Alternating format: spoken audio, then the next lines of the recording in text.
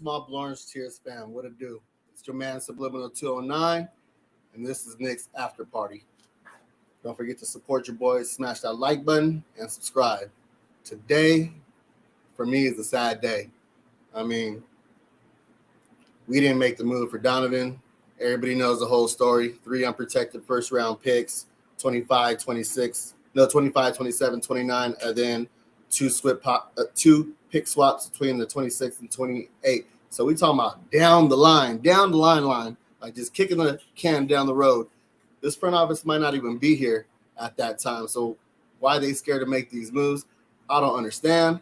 I mean, we talking about players, 5 years from now, 4 years, 3 years from now. I'm like, I was ready to do it. I was ready to get rid of RJ, get rid of IQ. Those are two of our cornerstones. Both those guys got ice in their veins. Both those guys are natural born leaders. But at the same time, we just taking our time in developing these guys when we just let another all-star slip through our hands. Who's going to be the next all-star? I don't know. Is that all-star going to be better than Donovan Mitchell? I don't know. These are a lot of, questions that we just don't have answers to. And when is that available all-star going to be available? So, I mean, there's just a lot of answers that we just don't know about. And I'm just heated today. I just can't believe that we didn't make that move. You know what I mean? They was talking about Grimes. They didn't want to get rid of Grimes. I mean, come on now. Is Grimes really Klay Thompson? I mean, or is he a ham sandwich? Come on now. Like, what are we doing here? How do y'all feel about the Donovan Mitchell, not getting them? Are you cool with just keeping the youngins? You cool with what we have, developing them? I mean, today is just like one of those days. Like I had to look at my phone. I was like, nah, stop playing. This ain't real. Like we didn't get Donovan Mitchell. I mean, now a lot of those rumors are going to be SGA. Is SGA better than Donovan Mitchell? I don't think so. I mean, he's still young though. There's still, he can still develop and become something better. But yeah, I don't think that's giving up the farm. So let me salute some cats in the chat. I appreciate you rocking with me. Right now we got Jason. We got Way More Swag, Almighty Finesse, Jeremy, Kaiser Soze, 718, Chef NYK, Real King, Apple Fanboy. Appreciate you rocking with me. Oh, and CAA Mafia so far. All right, y'all. So, like I said, I'm a little heated. As you can tell by the thumbnail, we're going to switch it up a little bit. I know everybody's still talking about the Donovan Mitchell trade, but I want to talk about Obi. Can Obi level up? You know what I'm saying? Can he take it to the next level? His first year, his rookie year, he only played like 11 minutes per game. He only scored 4.1 points his rookie year. He didn't really get a chance, an opportunity. And this year from last year, he ended up averaging 14 points. He ended up averaging, what do I have?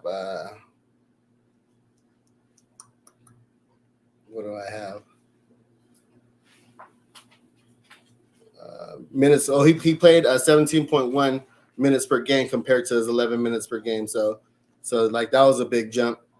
His free throw percentage from his rookie year and this year went from 73 to 75. So he's pretty, average, a free throw shooter. So I ain't mad at that though. But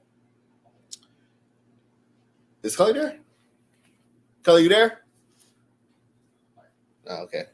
He ain't on the screen though. So I think Obi could take that jump. I think Obi could make another jump. Next year.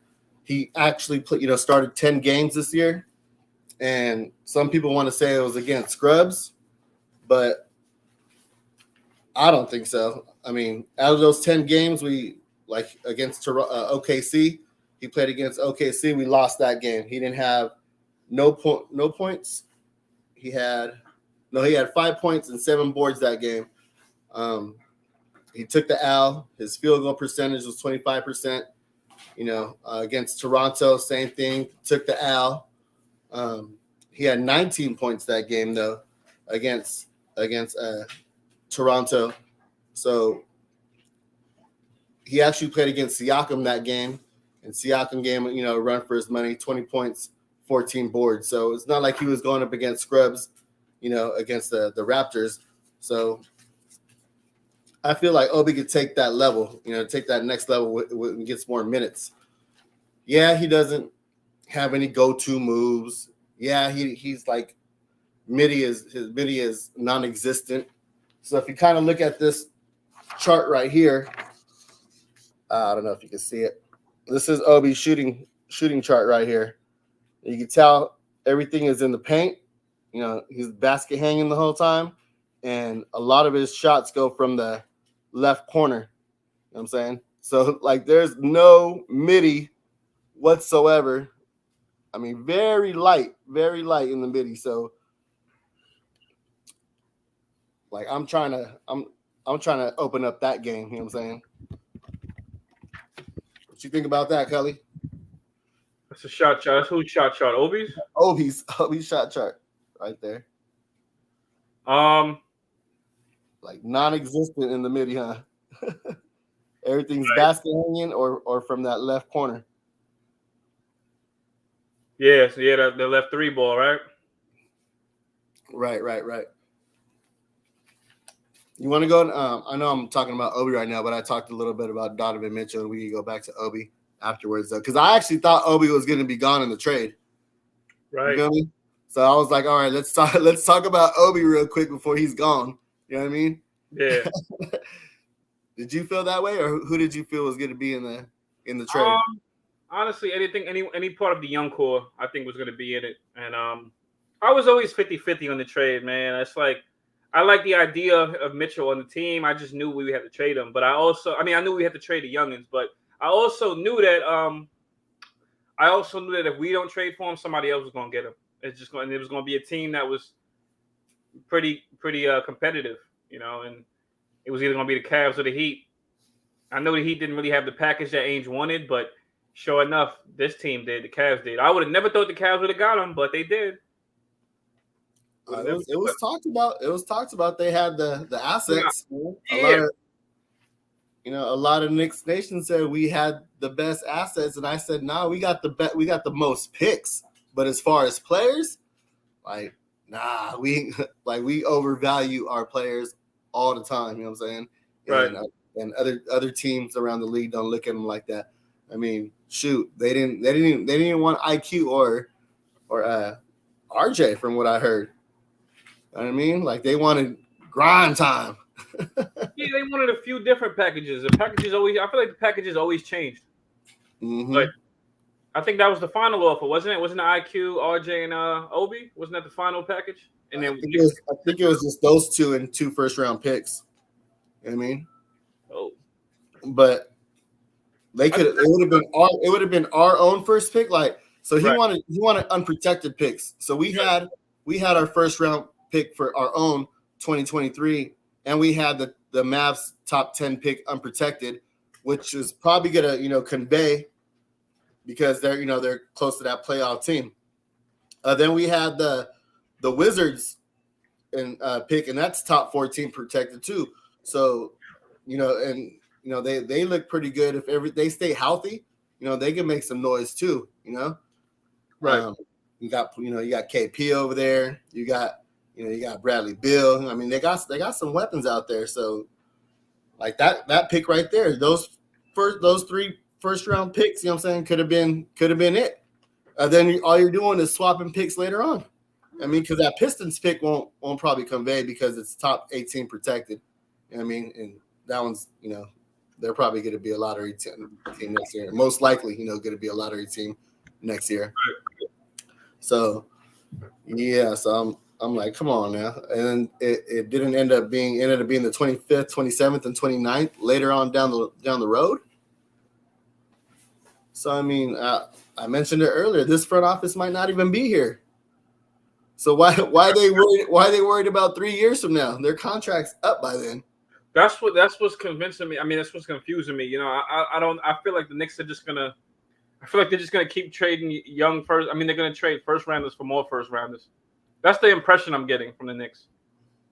That they're gonna keep doing that. I mean, I'm okay if they pile up on them, but I mean, I don't. I think is that's why that's what confuses me, because it's like I still don't. What is the direction? Are we gonna trade? Are we gonna eventually use the picks, or are we rebuilding, or what are we doing? I mean, are we trying to compete? What's the story here?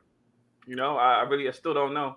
We got Jalen Brunson, but I don't know. What's your predicament for the record? I said that we were gonna win like the same as last year, 37 wins, 37? Between 37 and 41. You know what I mean? Because all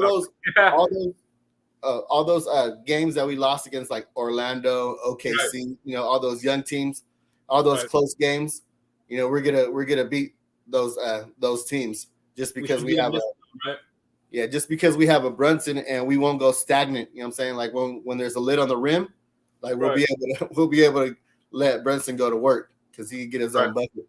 You know. Now I will say though, it seemed like the Magic may be a little tougher than last year, and we lost to them twice, right? Was it twice? Yeah, but at the same time though, they brought in, you know, their number one pick. You know, they brought in Panchero. And you saw how he was acting up in summer league, like he owned the whole court.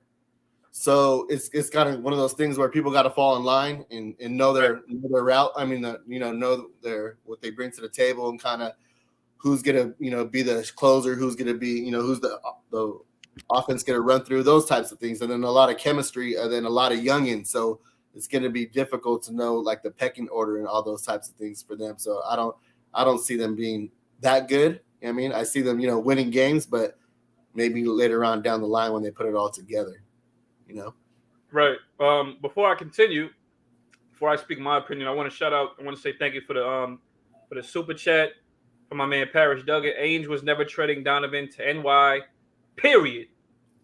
I think he would have, but I think he wanted to finesse us, I think. I mean, I think so. But that's Danny Ainge.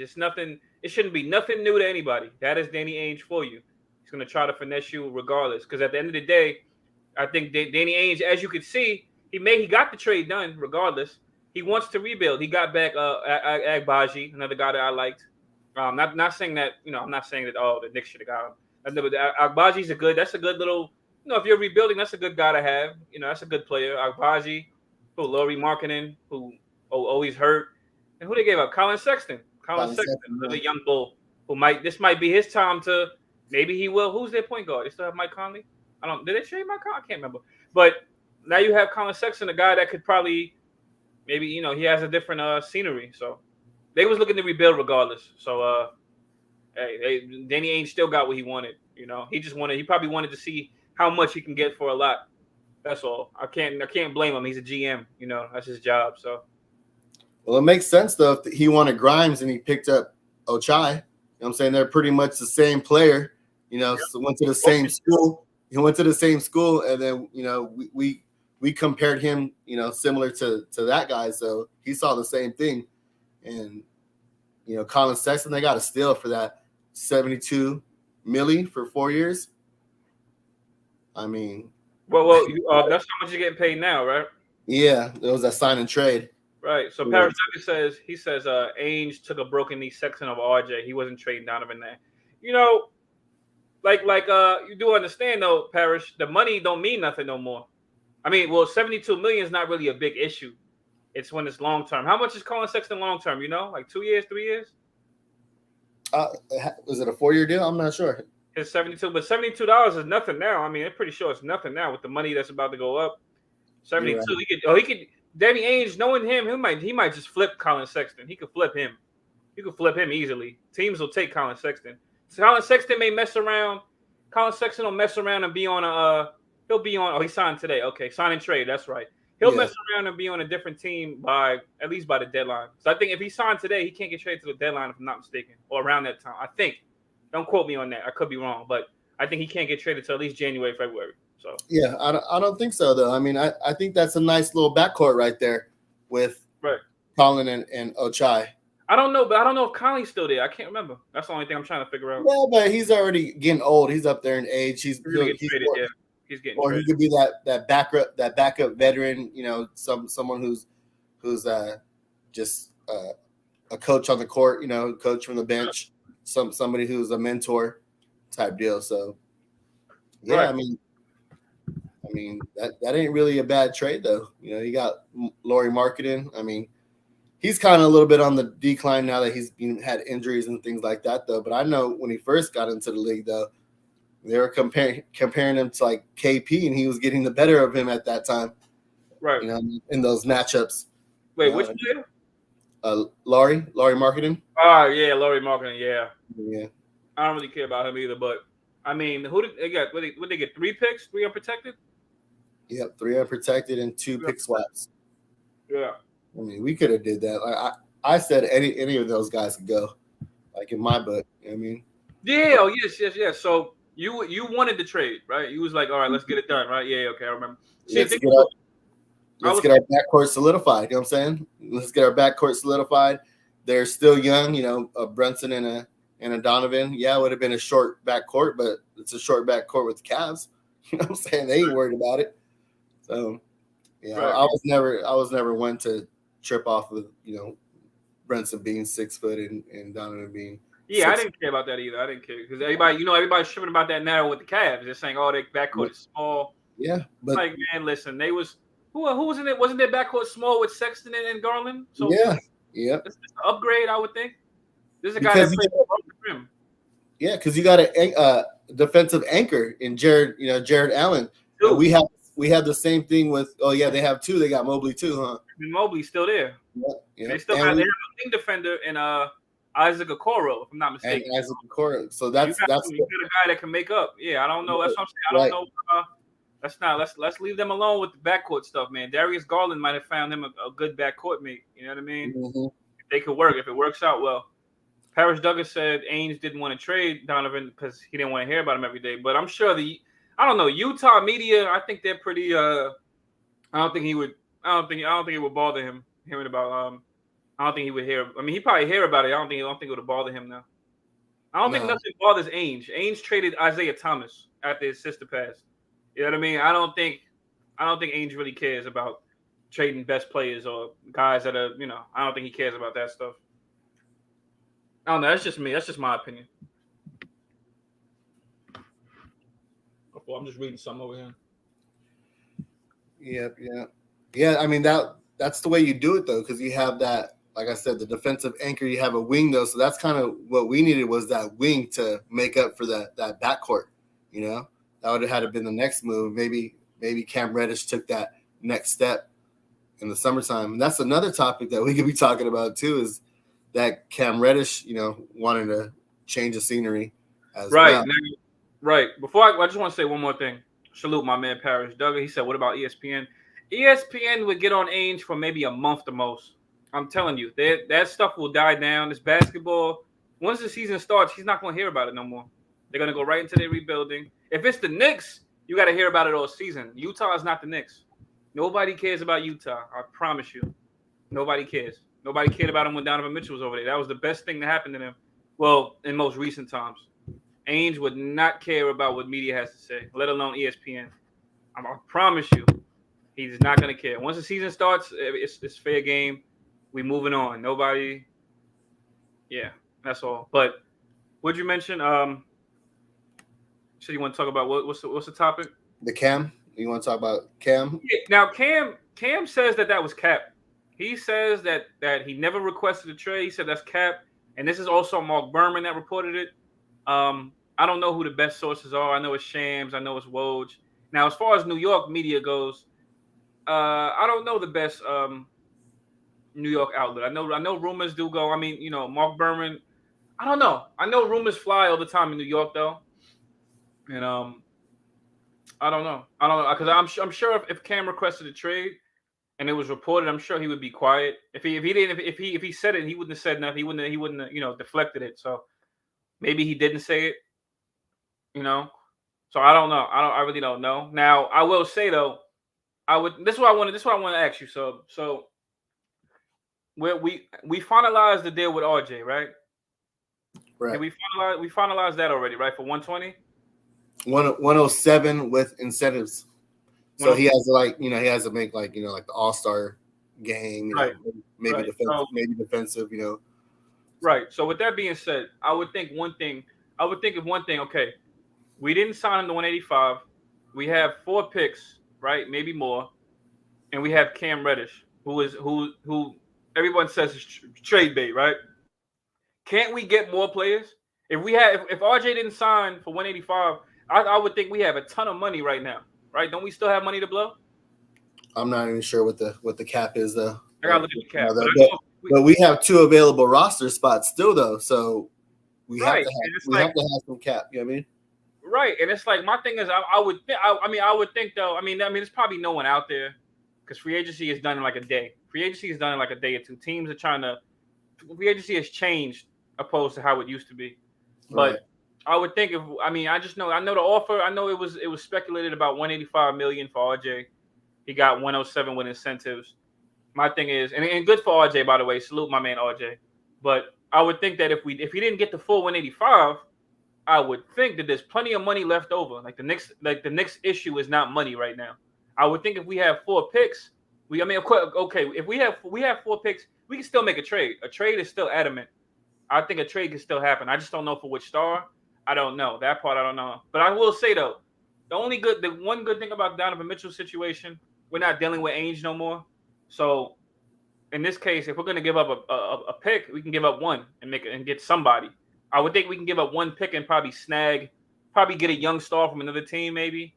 I don't know. But I would say 1 is better than giving up 3 or 4 instead of giving up 4 for Mitchell. So if we can use 1 pick and probably get a young star from another team, I don't know, or maybe I don't know. It depends. Tibbs may not want a young star. It's not really up to us. That's just that's what I would like, a young star. But I just know we can still make a trade. No, young up and coming rising star, or just like a starter, or just someone that's a bucket getter, or just someone that's kind of like not going to be your number 1 option, but just a more team orientated player, like a second, third. Team orientated, like a young up and let's say a young up and coming team oriented. That's what I'm thinking. Like a young glue guy, maybe, or a young athlete. I'm thinking something like that. Like maybe we can give up a pick for that. Maybe a pick in Cam. I don't want to give up Cam though. I like Cam. I'm not trying to give up Cam either though. You know what I mean? Like, right. I'm not really trying to. We still don't know what he is. We still don't know how he fits in the team. We still don't know what kind of role he could be. Right.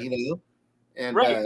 I only say that because of the rumors, but I don't want to trade Cam. But you know why he's requesting? They say the motive behind that is because he wants a larger role. Now, I mean, it is a red flag when somebody requests a trade a lot, I will say, but he wants a larger role. I can't knock him for that. It's kind of like hurting his confidence.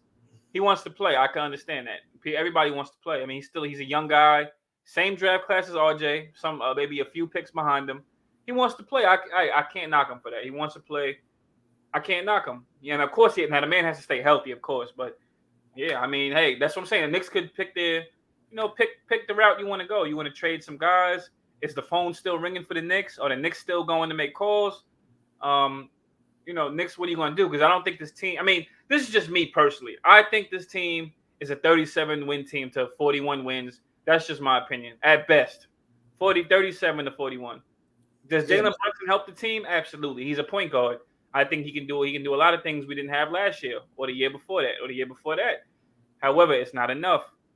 So you had teams that had point guards that are, a point guard for certain teams is first base. Second and third base is talent. A lot of teams have a point guard with talent. We just have a point guard. I mean, we have talent, but we need more talent. If we're gonna win, if we're gonna compete in the East, because the East is getting better.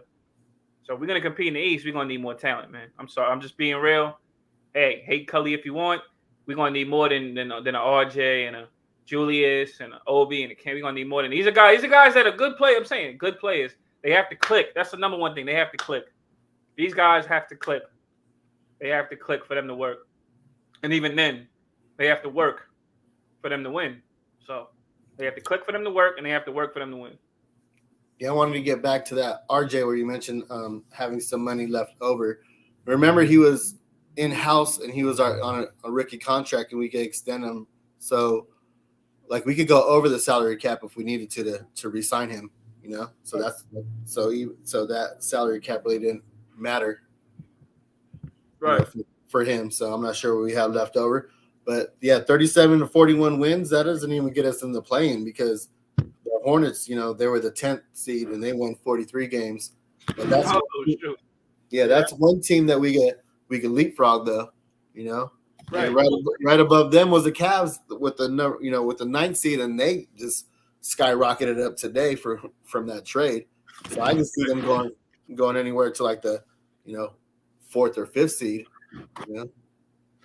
Right. And David L said Evan played the hell out of his role. Brunson will probably give Evan, a better fit for his role, which is true. He'll find him. Evan is a shooter. He'll find Evan. He'll find everybody. Brunson will mean a lot to the team, I will say. And he's not afraid to get a bucket. That's the number one thing with Brunson. He's a dog. He has some dog in him. He's a smart, high IQ guard with some dog in him. So, yeah.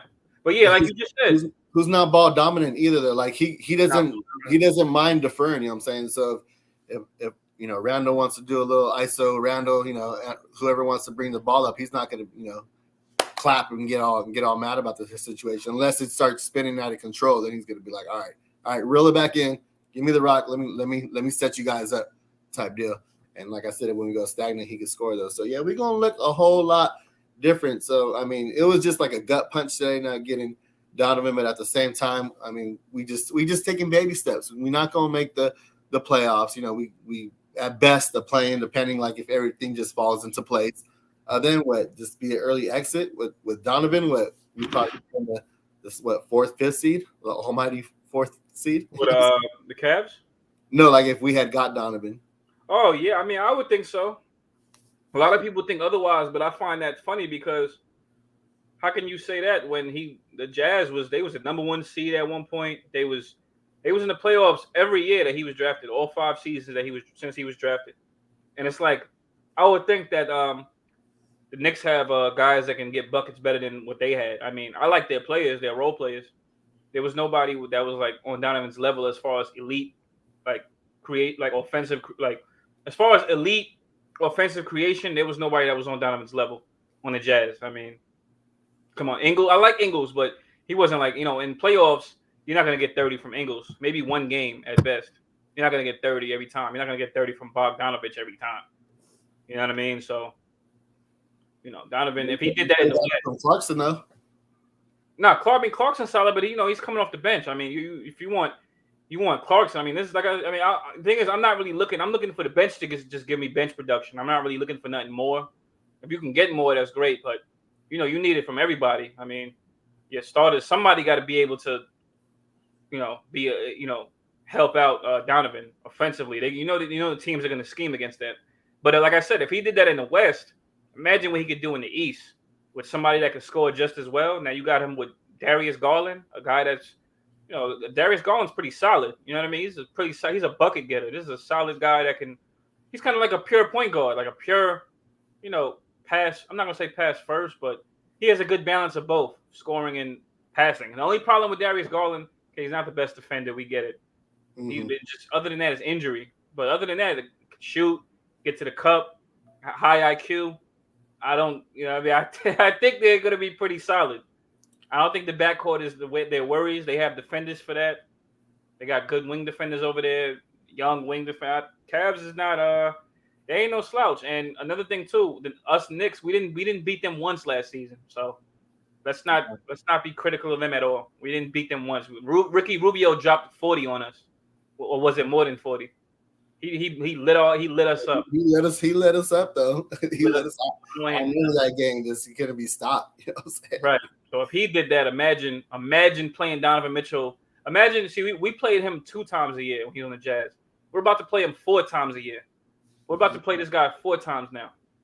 So just keep that in mind. We're gonna have to see this guy more often than none. Now we're really gonna see him a lot. Now we're really gonna see how we match up against the Cavs, and if we're gonna see if we regretted it or not. So I don't think I'm just saying, message to my fellow Knicks fans, let's not critique anybody. Until we make the playoffs 3-4 years in a row, let's not talk about nobody who's a winner, nothing. Nothing. Because we all know in the NBA it's about situations, things like that. So let's just chill out. We need talent, though. We need more talent on this team, though. We do need more talent, and that's the part that was, sad, is that we had an opportunity to bring more talent in here and we didn't pull the trigger.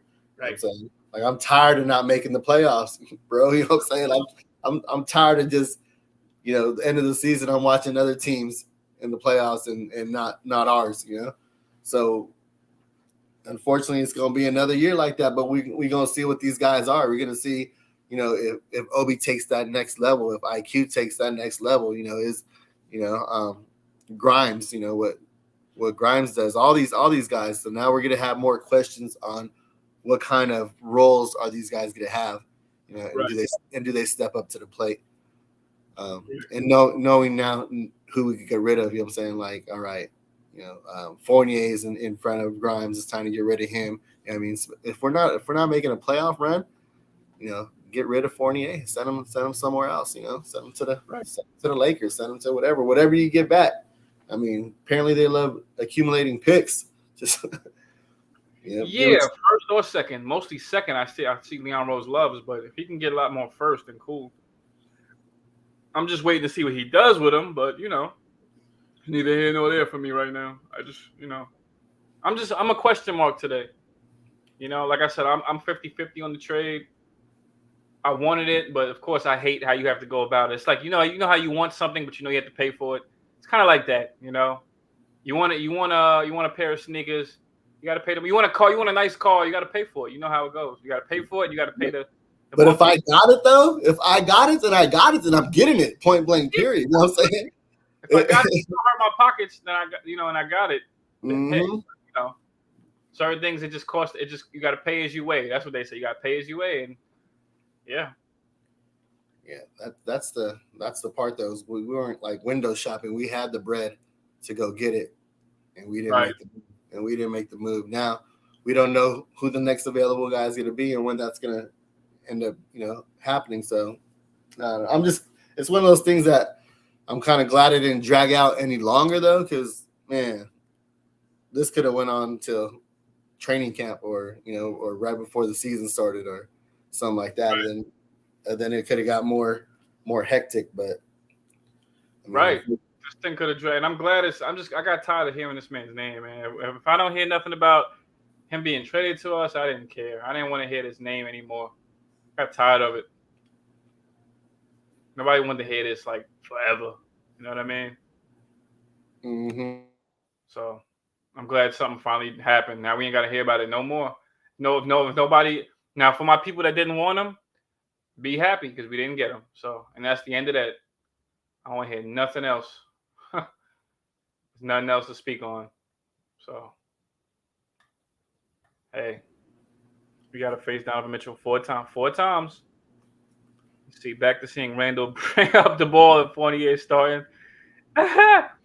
See, I know Almighty Finesse. I know he likes Keldon Johnson. What do you think of Keldon Johnson, sub? Yeah, I don't know too much about him. I mean, he's a young guy, solid. He's not really the most athletic. I mean, I'm not knocking him for that. I'm sorry, but we actually drafted him, didn't we? And then traded him. No. We never had Keldon Johnson. Spurs got him.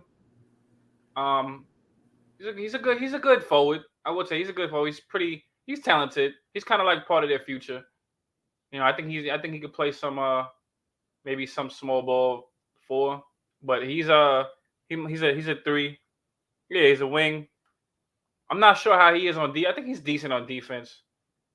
He's more of a scorer, more of a crafty, smart type of player. I mean, I don't know. I don't know too much.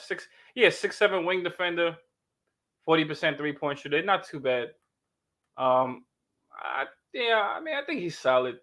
I'm not the craziest about a trade for him, but I think he's solid though. I don't have nothing bad to say about him though. He's a solid player. That's all I can say.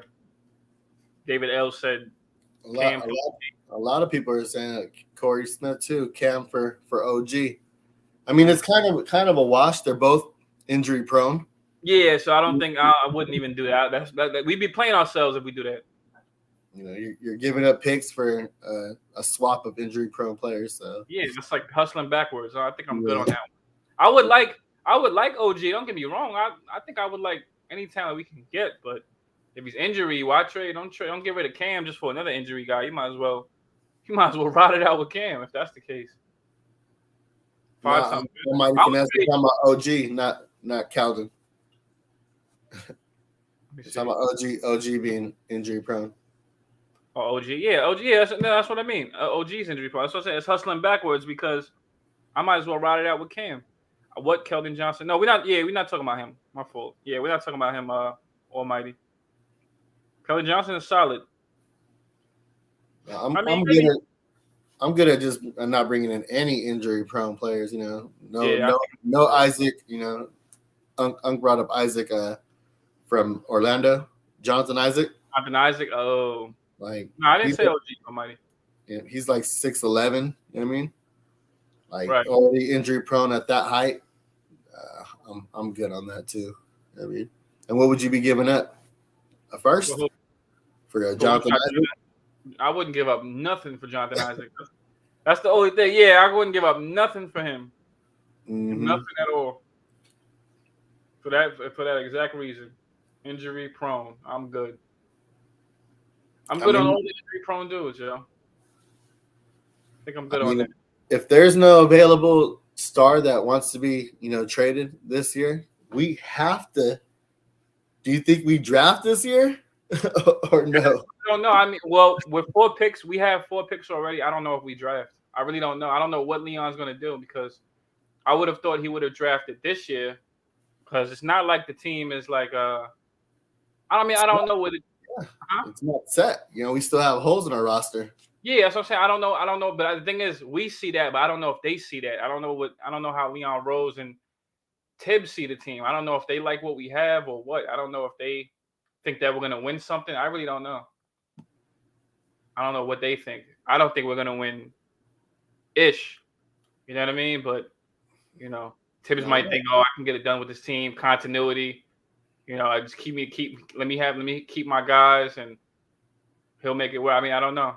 But also, he also doesn't have the same veterans he wanted. He just has Fournier and Randle. And now we got Brunson. So I don't know. I really don't know. I don't know the direction. Like, that's the thing. I'm like, it's like a speculation of guys that we would like. You know what I mean? Everything would have to kind of fall in place. You know what I'm saying? Right. Kind of like how we got the almighty 4 seed. Right. We went on a run towards the end of the year, which we could do again this year because that's when the schedule gets soft towards the end of the season. So we could make a run. I mean, for a play-in spot. Then depending on matchups, you know what I mean, other teams' injuries and things like that, you never know. But the chances of that happening, is very unlikely, and we may just be another lottery team. And that's what I'm saying. Like, if we're a lottery team, we have our own pick, and the Mavs pick, and the Wizards pick. So it's supposed to be a high, a deep draft. This is supposed to be one of the deepest draft. But knowing this guy, knowing Leon, shoot, we may just, drop out of the draft. Period. And yeah, I don't know what he's gonna do. He did it this year. I really don't know. And if Ousmane Deng becomes something, you know what I mean, and we had him, right then and there, we drafted him and traded him to the OKC, and he becomes something, and then we didn't get Donovan Mitchell either, and later on we find out what how everything kind of plays out. I'm gonna be pissed even more. You know what I'm saying? That we got nothing. Oh yeah, I'm gonna be pissed, and it sounds like it could happen. I don't want to speak. I don't want to say it, put it in the air, but with our luck, I don't know. It's possible.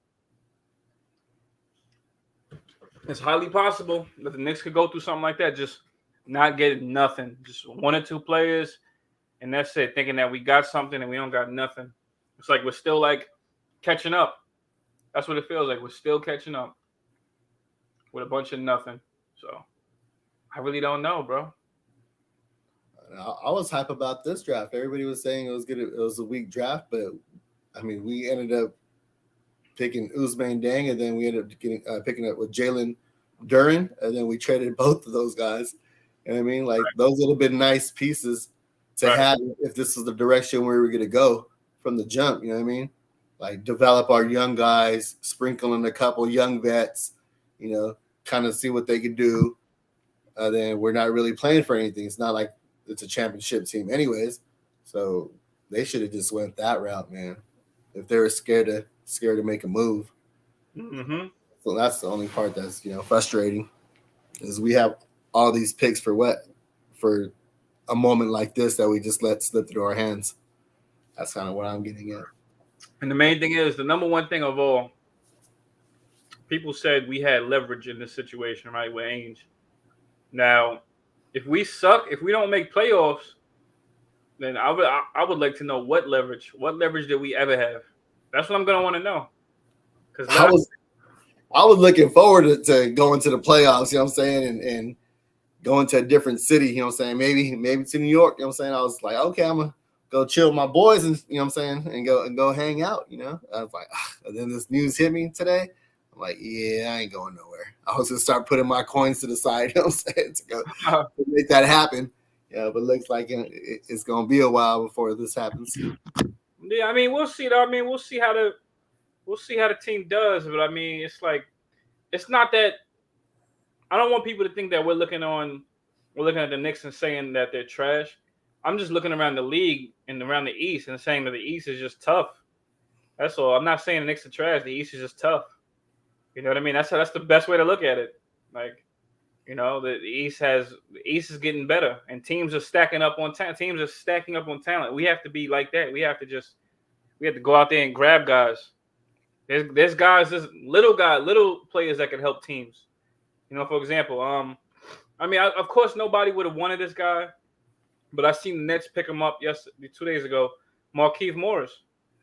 A lot of people may not like him, but I bet you he's gonna play his role very well with the Nets. I'm telling you, guarding other teams' guy, you know, providing, hitting the open three, you know, stuff like that. Guarding, getting other teams' best players' skin, things like that. You know, things like that. He's playing his role very well. People may say, "Oh, he sucks." Well, hey, if the Nets win something and we don't, let's not be critiqueful. Let's not sit here and be critical of the Nets. I don't care for the Nets, but I'm just saying this is a team we have to beat. If you know, a lot of y'all want to, win. I like to win too. Think about the teams in front of us. We haven't beat the Nets yet. We haven't beat them in 2 seasons. Since Julius' most improved season, and since last season that just passed, we have not beat them. We played them in good games. We have not edged out a win. So I think Durant hit us up for like 38 that last game against when Obi was guarding him. You know, no Julius Randle, and they didn't have Kyrie Irving that game either. Right. You know? I think the Knicks kept it close though. I think, right? Yeah, they kept it close, but then close. Durant hit a big shot. I think he hit a big shot at the end, something like that. Yeah, I can't remember fully. Yeah, that game is personal. You know what I'm saying? Like, those games are always personal. They don't want us. They don't want to lose those games. It's like a Subway series, yo. And yeah, I just want to smack them around. Yeah, I don't hate them, but I hate them. You know what I mean? I just want my Knicks to win, but that's almighty finesse. I can't believe it either. You know, I don't want to think about it. CAA Mafia said, Cully, he said, quote, I said, quote, I wouldn't say the Knicks are bad. I would just say the East is better. Yeah, that's the best way to put it, because I know people are going to be mad at me for saying the Knicks is trash.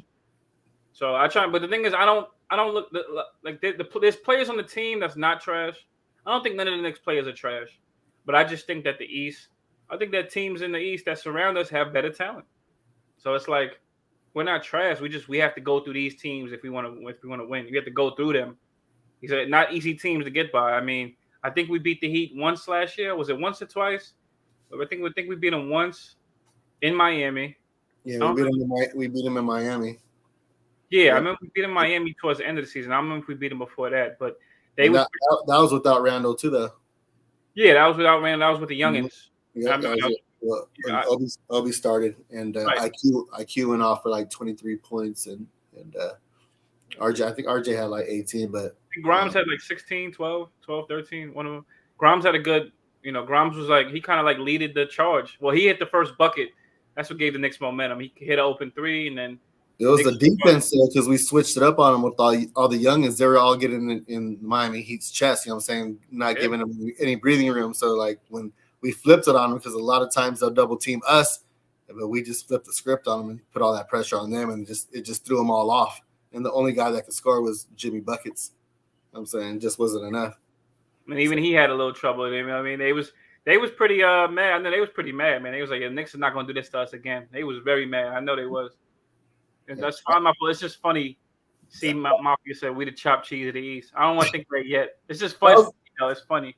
That was a good day though, because I remember you and Unc did a stream right afterwards, and I pulled up like you guys were supposed to call it Knicks after party, then it ended up just being a Knicks at night. I think right afterwards, and we was just hyped because we didn't beat the Heat in years. Like I can't remember the last time we beat the Heat. You know what I mean? So it was Freezy got on here. He was wilding that night. I was like, yo, Freezy, you want to do a show tonight? Like, he's like, you know what?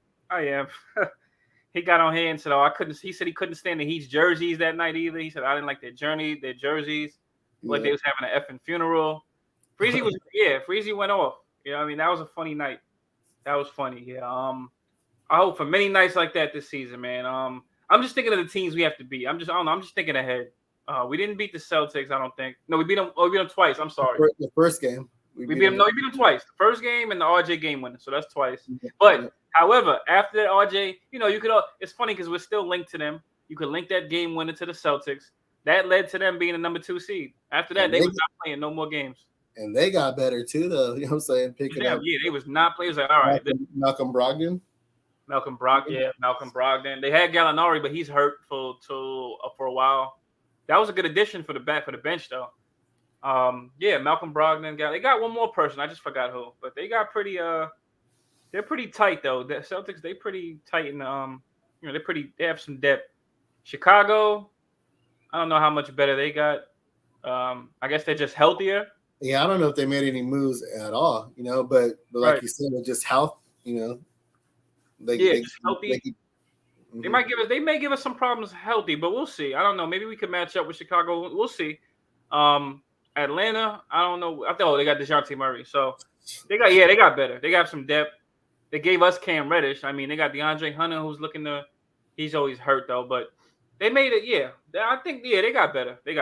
I'm not even gonna sit here and go around it. They made a good move. But that's what I'm saying though. Like the East, there's a lot of scoring teams, and who do we have in our backcourt?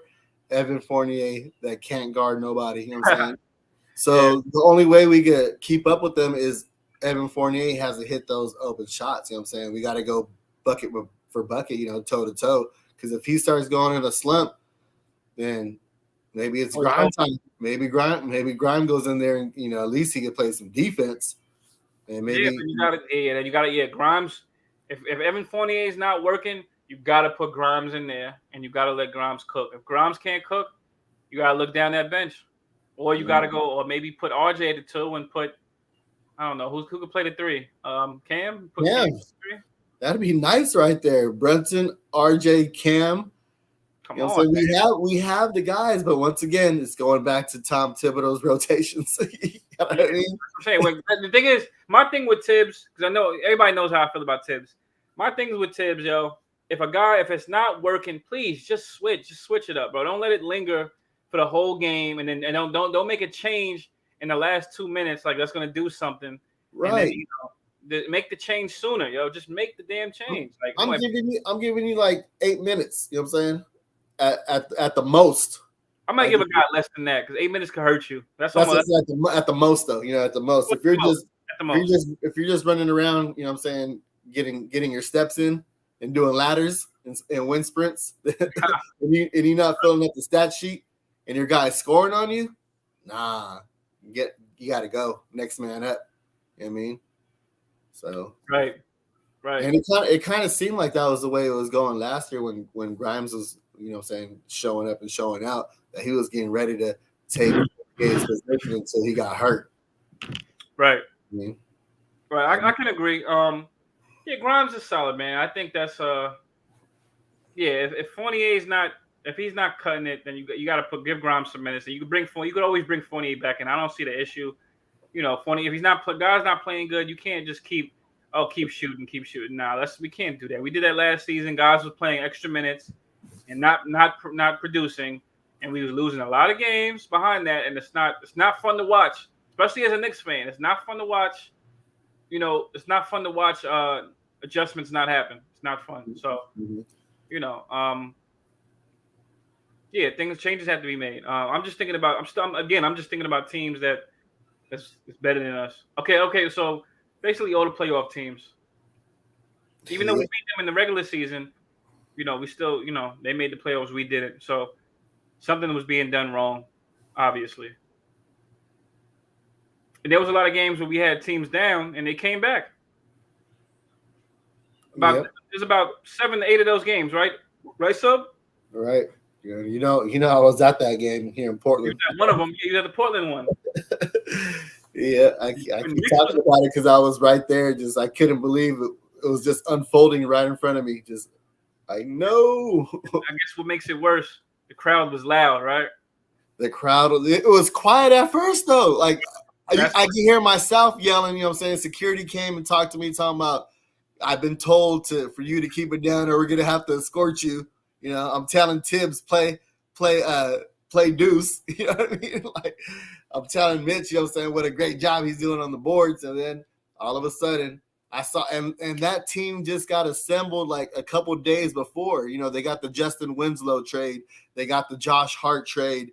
Like there was no Dame, there was no CJ McCollum. You know what I'm saying? These are all guys that got just put together and made it happen. And once I saw Justin Winslow get underneath Julius Randle's skin, like, when the play's over, you try to steal the ball and rip the ball out of his hands, and then you start arguing back and forth. I'm like, right then when I saw that, I said, yep, Randle's out of the game. His head's completely out the game now because he's having this little argument with Justin Winslow, and he knew what he was doing. And after that, Julius was just clanking, forcing stuff, because there's no finesse anymore. You're no longer, you know what I'm saying? You're no longer having that touch when you're releasing the rock. You know what I mean? Everything's just forced. You know what I mean? Everything's just mad. And some people that play angry, and Julius is not that guy to play angry. You know what I'm saying? He plays good when everything is, flowing. Everything is good.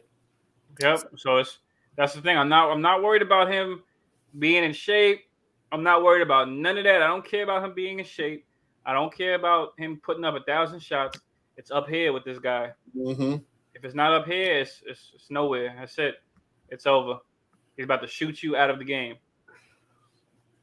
Man, John, I heard that a couple of times. Somebody said if Klay Thompson gained weight in the offseason, I'd look like him, or he looked like me, or whatever. Oh, really? Oh yeah, because the cut. Yeah, salute my man Chuck. Salute my guys in the chat. Yeah, that's funny. It's funny. I pulled it up now. I pulled up the Randle and Justice Winslow thing. Yeah, salute to my boy Chuck Allen. Check out Vibes and Stuff in the morning, y'all. Monday through Fridays, 8 a.m.-ish to 9 a.m.-ish. If y'all like talking about music, y'all having some relationship problems, you know what I'm saying? It's just a dope show. You all want to go down memory lane. I mean, him and Unc, man, they got a great show. So y'all got to check them out in the mornings, y'all. Vibes and Stuff. Check out my man Chuck in the mornings, man. When they decode movies, old school movies. Mm-hmm. They decipher them. My bad. They was talking about baby mama drama the other day.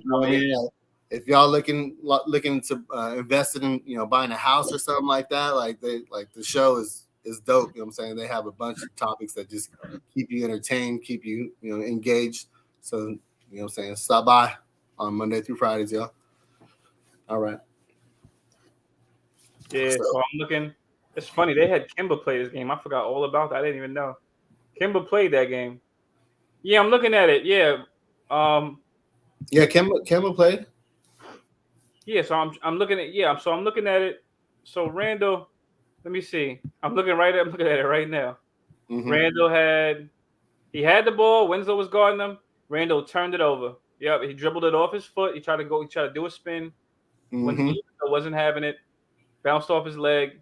He was yelling all in Randle's face. Yeah. Randle's like, yo, get out. He gave him that look like, if you don't get out my face. But yeah, like it's plays like that get under Julius' skin. Yeah. That's what I'm saying.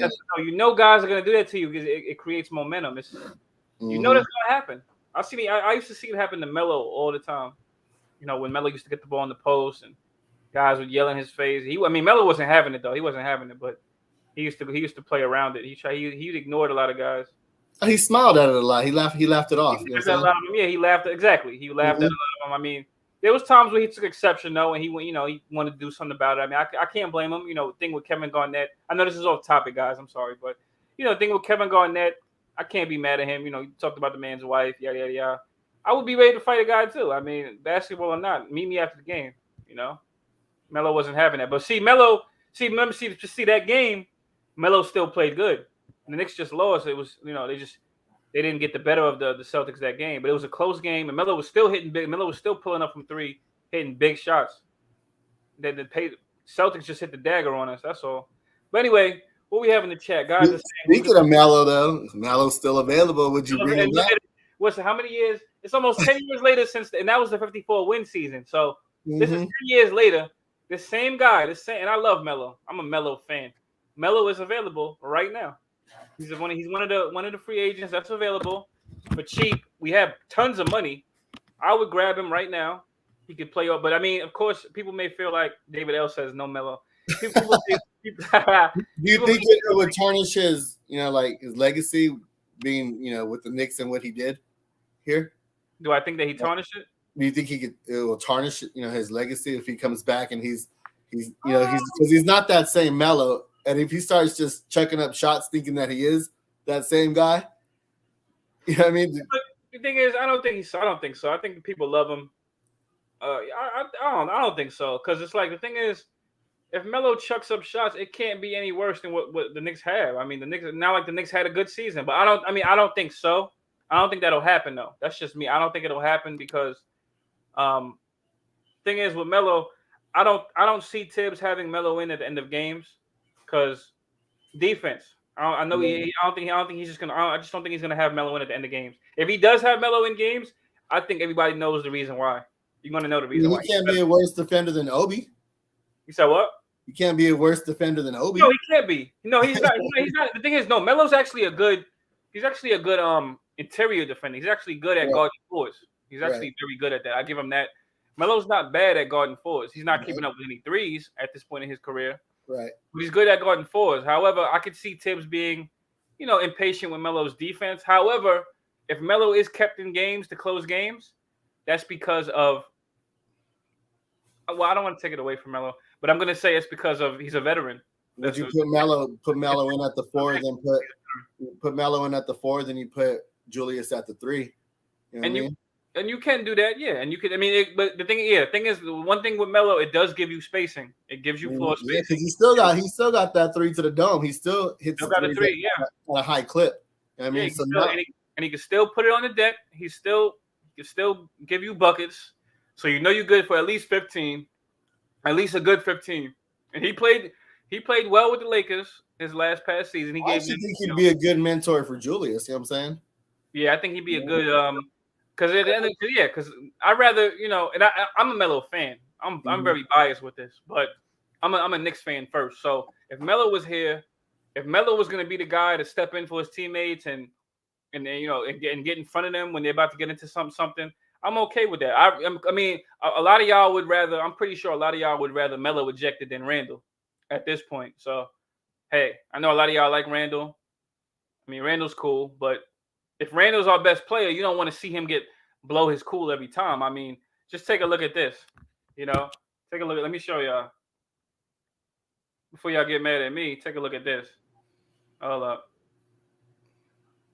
If we bring Melo back, there has to be an understanding with the front office and Tibbs and what his role is going to be, and that he's not going to get major minutes. He's not going to start. You know what I mean? My fault. Not to cut you off. I just wanted to show this. This is Randle. Everybody, look at this.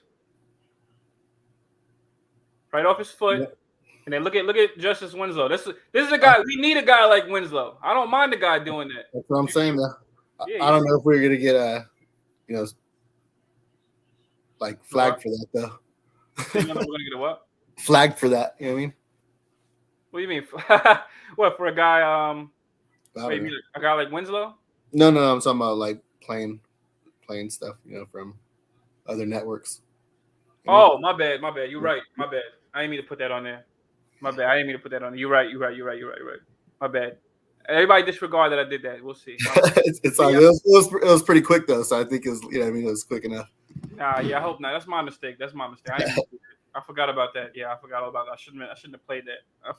I had never did that on the show. My bad. It's all good though, but that's what we were talking about though. You know what I mean? Like I just wanted to show an example. And that's what we need though. We need that enforcer. And you had brought up the Morris twin. You know what I mean? We had Marcus and Marquise, the Nets. Mm-hmm. I seen, not to cut you off, sub. 2 days ago. Yeah, I seen 2 days ago the Nets got Marquise. Now I'm not saying he would have been our go-to guy or whatever. I'm just saying that's a good pickup for the Nets, being that they already have KD. I think KD's still there, so or is gonna. I think KD's still gonna be there. So that's a good guy to have your back. Like when stuff gets real and you're about to get into something, a guy that can step in front and he takes the bullet. Like, oh, you're going to eject somebody, eject me from the game. I'm gonna get in this guy's face so that KD could play. You know what I mean? I'm gonna get in the guy's face. What you want? You know what I mean? That's the guy we need. So Melo would be that guy, but better. Melo's better than Marquise. So Melo would give you He'll give you a bucket. He'll give you 15 points, just like that. Imagine Melo in the playoffs. Imagine a well-rested Melo, in a playoff series. I'm not saying expect it from them, but there's veterans that when they get to the playoffs, they give you more than what you want because they're veterans and they've been saving up the whole season for this moment. They say, veterans they're supposed to get saved up for the playoffs. It's not supposed to be ran into the whole season. So imagine a Melo, a well-rested Melo in the playoffs for the Knicks, just giving buckets. And then with the team we have, on top of the team we have, and none of the attention has to be on Melo. It don't got to be on Julius all the time. It don't got to be on RJ. It don't got to be on Brunson. And Brunson, I think he's okay with taking that attention. I think he's okay with it. But for the other guys to play off of him, I think the Knicks should be all right. It just has to work. That's all. That's it. Just has to work. But I don't mind Melo right now. He's a bucket getter. We need something. I don't know who's available. Yeah, like I said, the only problem is he'll be cutting into Obi's minutes, and Obi's not getting that many minutes anyways because he's playing behind Julius Randle, So unless he takes that next step, that's what the whole thumbnail was about, just him leveling up, Can he hit a midi? Can he create on his own? Can he get some boards? Like if you could time those oops, then you could time those boards. You feel me? It's like anybody who balled, played ball growing up, everybody played 21 tip. You know what I mean? Like you time those boards and you tip that, rock back in there. And the long boards were the long rebounds were the the most, not most difficult, but it gave you more time to go out there and kind of, grab it and throw it back in. It was those short ones off the front of the rim that you really didn't have a good chance of catching and putting back up. But we did that at a young age for fun. You know what I'm saying? So I know he played those, 21 tip at a young age. You just go grab those boards, man, especially if he's shooting from the corner. You know what I'm saying? And if it's not that left corner where he's dominant and making those, then chances are you're not going to make the other ones. So a lot of people, they don't follow their shots anymore. You know what I mean? Yeah, so I just want to say follow your shot, right? Yeah, like if like I just showed the shot chart right here. You know what I'm saying? If you're hitting from over there and you're not hitting from the top, the arc right there, or the top of the key, then follow your shot from over there. Those are going to be those quick rebounds. You know what I'm saying? Right. I just don't know. I just don't understand. I mean, why he doesn't do that? Obi,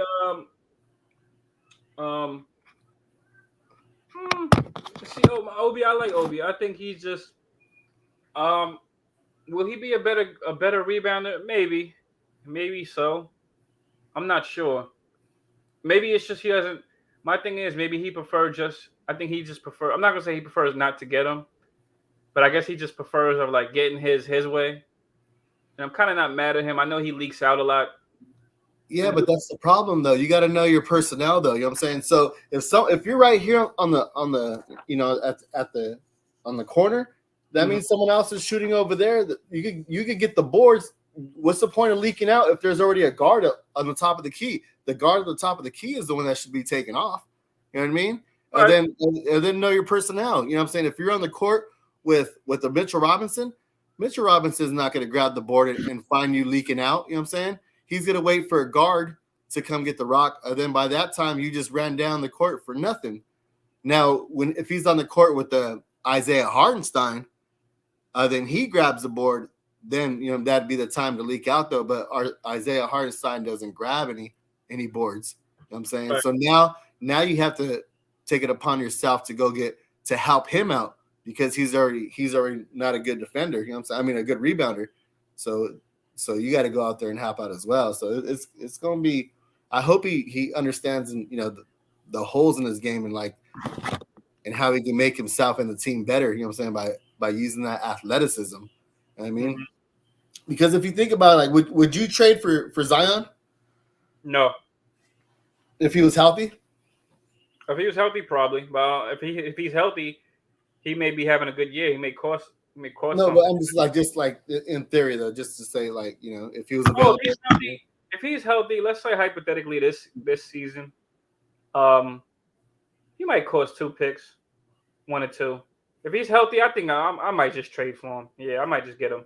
But why though? What's his skill set? Is he a good shooter? He's not the best shooter. He's not the best defender. But let's just say he can do everything else. He's a pretty good passer. He's a chase down. I'd say he's a good chase down forward. He does get up there and try to block shots. He's not a bad rebounder. He's a good slasher. He will attack you. He will attack you pretty hard. That's kind of what I want to see from Julius. And they're both lefties. He does attack his defender pretty hard, and he's big enough to do it. He kind of dogs you. So, but that's pretty much it. He's not not the best shooter, not the best defender, but he's a willing defender. He will play defense, but he's not the best. Yeah, but I also said and neither is Obi, right? Neither is Obi. Obi's not, a good rebounder, not a good defender. But Zion's a good rebounder though. Zion has a good he has a good second jump. I meant shooter. Shooter. Oh, shooting. No, his shooting is. What they have in common is their athleticism is what I'm trying to get at. You know what I mean? Right. And a lot of people, some people that don't like Obi will be like, yeah, I'll take Zion. But you know what I mean? They're both athletic freaks is what I'm getting at, except Zion knows how to use his athleticism. You know what I mean? And is, just big and strong and doesn't shy away from contact where Obi is, he shies away from contact, you know what I mean, and avoids it. But if he just utilizes his athleticism, he'd be, more useful for the team is kind of what I'm getting at. You know what I mean?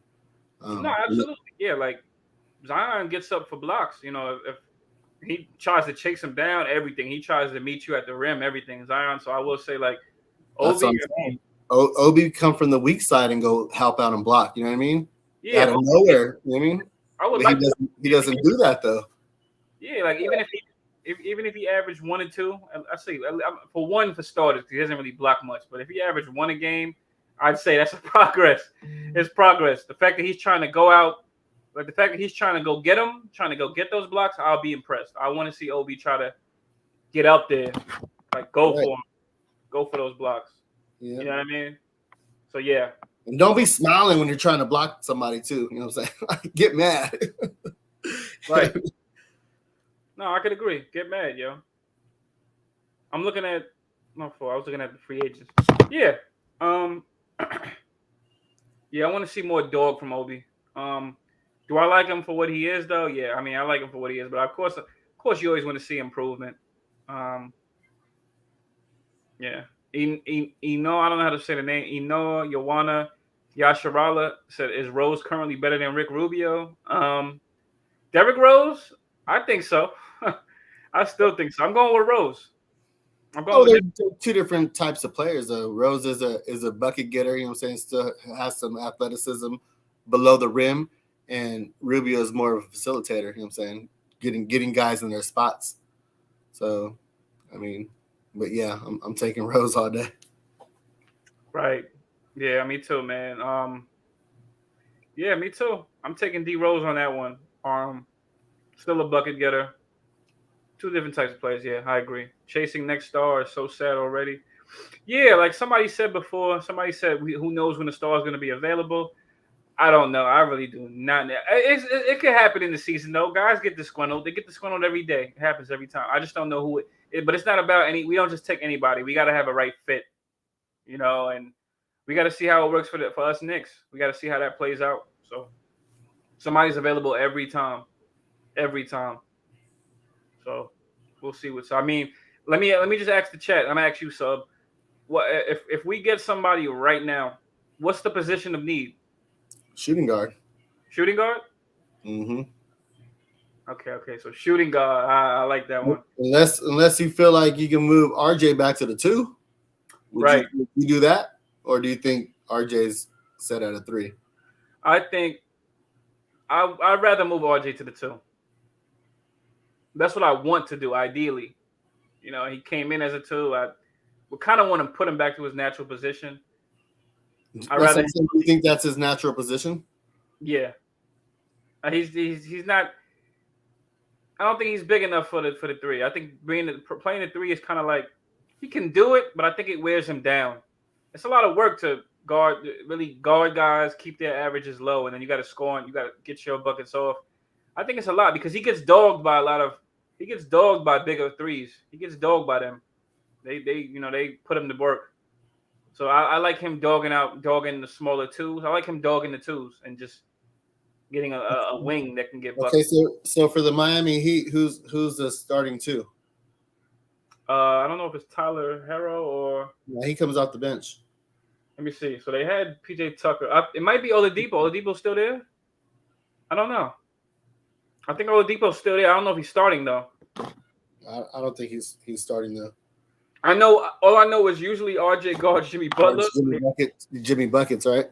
Yeah. But if we had a natural 3, you know what I mean? Then it would force, you know what I'm saying, the opposing, like it would force the opposing team to guard the 3, you know what I mean? If we had a natural 3, just as good. So I don't know. So what about the Celtics? Who starts the 2 at the Celtics? Jaylen Brown. Oh yeah, because then you have Jaylen Brown, you have Tatum. So I mean, they're switchable. Basically, you're switchable on that one. So yeah, I mean, then the Bucks. What do you have? We have Middleton, or you have small forward. Is he guard or small forward? No, he's yeah. You also have this guy Connaughton. I don't know I think he's starting too. Pat Connaughton. But I think yeah. But I mean, you could have Middleton at the 3, but I think it's Middleton at the 2. But Pat Connaughton, I think, starts though. Okay. Connaughton, and he's pretty solid for them. He's a good defender too. So he's pretty. Right, yeah. And then with the Raptors, you got Trent Jr. Yeah. So you don't think like his foot speed and guys like that will be too much for RJ Barrett? It might be too much, but RJ, it'll be too much for him on the other end too, for Gary Trent, because Gary Trent got to guard him. But he's pesty though, and he has a lot of energy. No, he is. Gary Trent. Yeah, go ahead. I'm sorry. Go ahead. Because Gary Trent and Fred VanVleet were the number 1 and 2 as far as deflections. You know what I'm saying? Right. So they get in your chest, and you know what I'm saying, and they make it difficult for you throughout the whole game. You know what I'm saying? So right. So I don't know if that's a good matchup. You know what I mean? So you kind of got to go down the list on. Then the Hawks, they just picked up DeJounte Murray. So you already know that. You already know he's their shooting guard. Mm-hmm. Would you have RJ guarding him then? I mean, yeah. I mean, RJ he's probably gonna have to anyways, because we have Evan Fournier. Look, all those guys you asked me, Gary Trent gave. He's like one of the number 1 guys that gave Evan Fournier fits last season. He gave that man fits. Mm-hmm. I'm talking about on both ends. Evan Fournier couldn't even get past them because Gary Trent's a good defender, and Gary Trent is only like 6'3", 6'4". He plays bigger than his size. He can guard. I saw him guarding LeBron in the playoffs in the bubble. Right. He's guarding LeBron, and that was. I mean, of course, it was one game, but come on, this guy He guards guys way bigger than him, and yeah. So all these guys. You got to remember he was with the Blazers. You know what I'm saying, for a while, so I watched a lot of him too, though. You know what I'm saying? Oh yeah. Yeah, he was pretty. I think and that was a guy I wanted to get after Julius's most improved season. This was a guy that I thought we can get for cheap. I think we could get him for cheap because Blazers didn't want to pay him. That was the case, right? No, they traded though. They traded for what's his name? He was another shooter. Who, He Powell? went to, yeah. Traded for Norman Powell. Yeah. No, but I'm saying they didn't. The thing is, they didn't want to pay Gary Trent, right? They didn't. They would have had to pay him that year, and I think they traded him. So they didn't have to. If I'm not mistaken, no. Right. Yeah. It was a contract year. Yeah, it was a contract year. So I figured you can get him. Okay, I'm not gonna say for cheap, but yeah, you're right, Kaiser Souls. He is 6'6", but he plays bigger than that. Like Gary Trent, sometimes he looks a little smaller, but he plays bigger than 6'6". Like he guards guys. I don't know. He just plays bigger, like kind of like Norman Powell, which is kind of like his opposite. Like they're pretty much the same type of guy. Same type of guy. Small. They play bigger. They can guard wings. You know what I'm saying? And Gary Trent, that was the guy I wanted. So yeah, I'm sorry. You was going down the list of teams though with I was going down like shooting guards, and then now you know who the Cavs got, so we don't gotta talk about that. Right. So RJ kind of matched up with him pretty well, Donovan Mitchell. Mm-hmm. Oh yeah. I mean, he matched. I mean, when they faced each other, but Donovan Mitchell, he's still he's a bucket. So now you tell me though, would you have Fournier on Donovan Mitchell? No. But I'm just saying though, if you're gonna go out and get somebody, would you rather go get a shooting guard or would you rather go get a small forward and move RJ to the 2? Is what I'm saying. You know what I mean? Oh, I would rather a small forward. I have a thing for wings. I just want to get a wing and just put him back at the 2, but I don't think it's gonna. As long as Fournier's on the team, it's not gonna happen. That's why I guess that's another reason why people just say trade Fournier, so we can figure out this wing position. Yeah, because RJ, he's 6'6", you know what I mean? 6'6". He's a solid 6'6".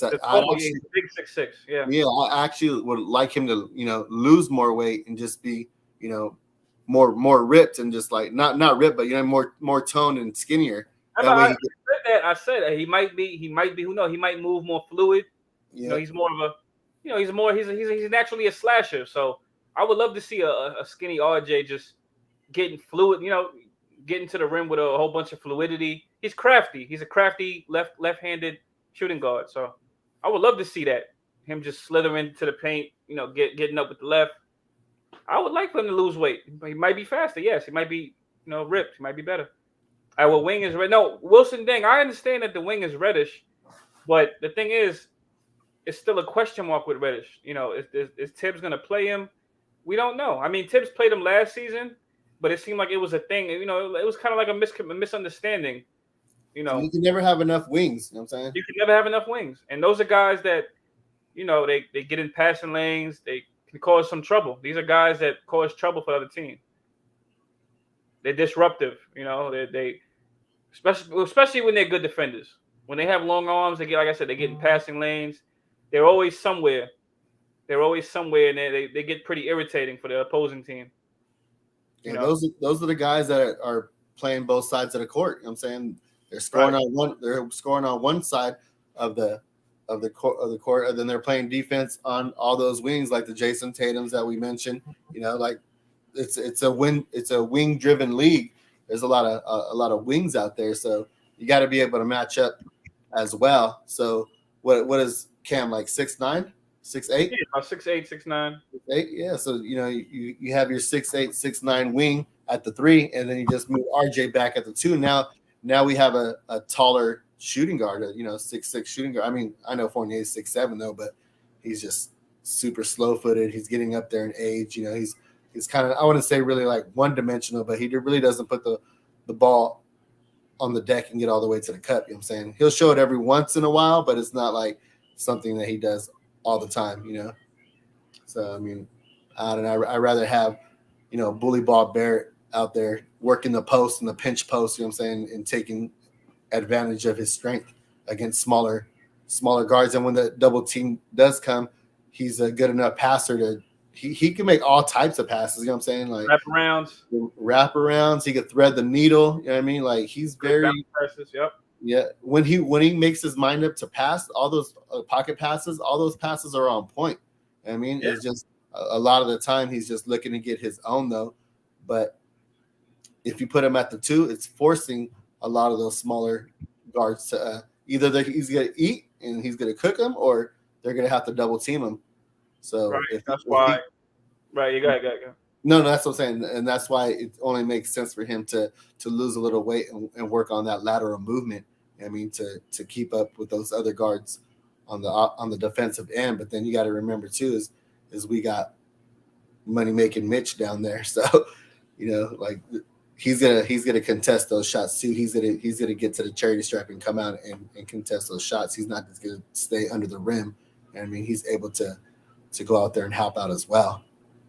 Now, when that happens, it's up to like guys like Julius Randle to go down there into the rim and kind of help Mitch out when he leaves the paint. So it's just things like that. So we'll see.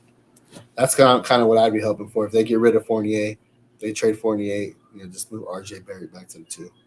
I mean, and we still got Farron Hunt. What is he? You know what I mean? I was about to ask you that. I was about to ask you that same thing. What's up with him, man? Is he does he have a seat somewhere? I like Farron Hunt, man. It's good energy. I just want to know if he's on the team. If I know he's on the team or not. I believe he's on the roster because he was on the roster at the end of last year. Right, so he should be. I think Summer League could have played his case, helped his case. Mm-hmm. Almighty said he's a ham sandwich. Nah, he ain't a ham sandwich. Farron Hunt is pretty solid, man. He's just young and he just hasn't had a lot of time, playing big minutes and big moments and stuff like that. But you saw glimpses of him. You saw he had a bunch of steals in one of the games. He plays the passing lanes. He's a good on ball defender. It's just more of helping. Being a help defense, and he showed he could get his own bucket too. Super athletic. He's like an Obi at the 3 though. Right. He's 6'8", 6'9" too, right? Yeah, Farron Hunt, long wingspan, 6'8", athletic, as you can see. He's gonna get out there on the floor. That's the guy I like.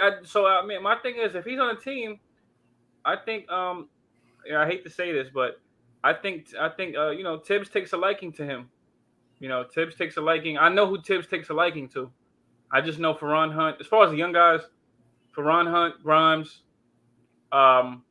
maybe Jericho, but Farron Hunt, Grimes, I guess quickly too, but I don't know. But I know he takes a liking to those 2 guys. Oh, he loves quickly. I know he likes quickly, but I think he has a thing for Grimes and Hunt, and was there somebody else I said? I can't remember, but I just know he likes those guys, and I think he'll give Farron Hunt a run over Cam. I don't know though. I don't know for sure because of his defense. You know what I mean? Because he brings that defensive tenacity. He brings energy. Mm-hmm. Cam is more of a guy that. Go ahead. No, I was just gonna say Cam is more of a guy he could defend because of his. I give him his props because he uses his length and his athleticism to defend. He's not an up in your chest guy, but he does. He gambles too much for me though. He does gamble. He does. Yeah. And that's probably what Tibbs, doesn't like is a lot of that gambling. Tibbs is old school. Just keep the guy in front of you. Don't give him any breathing room. Then Cam is more like, I'm just gonna use my athleticism, and if the guy gets past me, I'm just gonna poke the rock out. You know what I mean? Or I'm gonna block him. And pin his.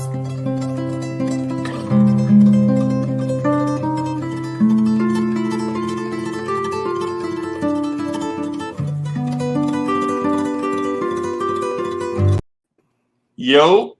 Good, what's good? It's Uncle Free. What's good, boss man?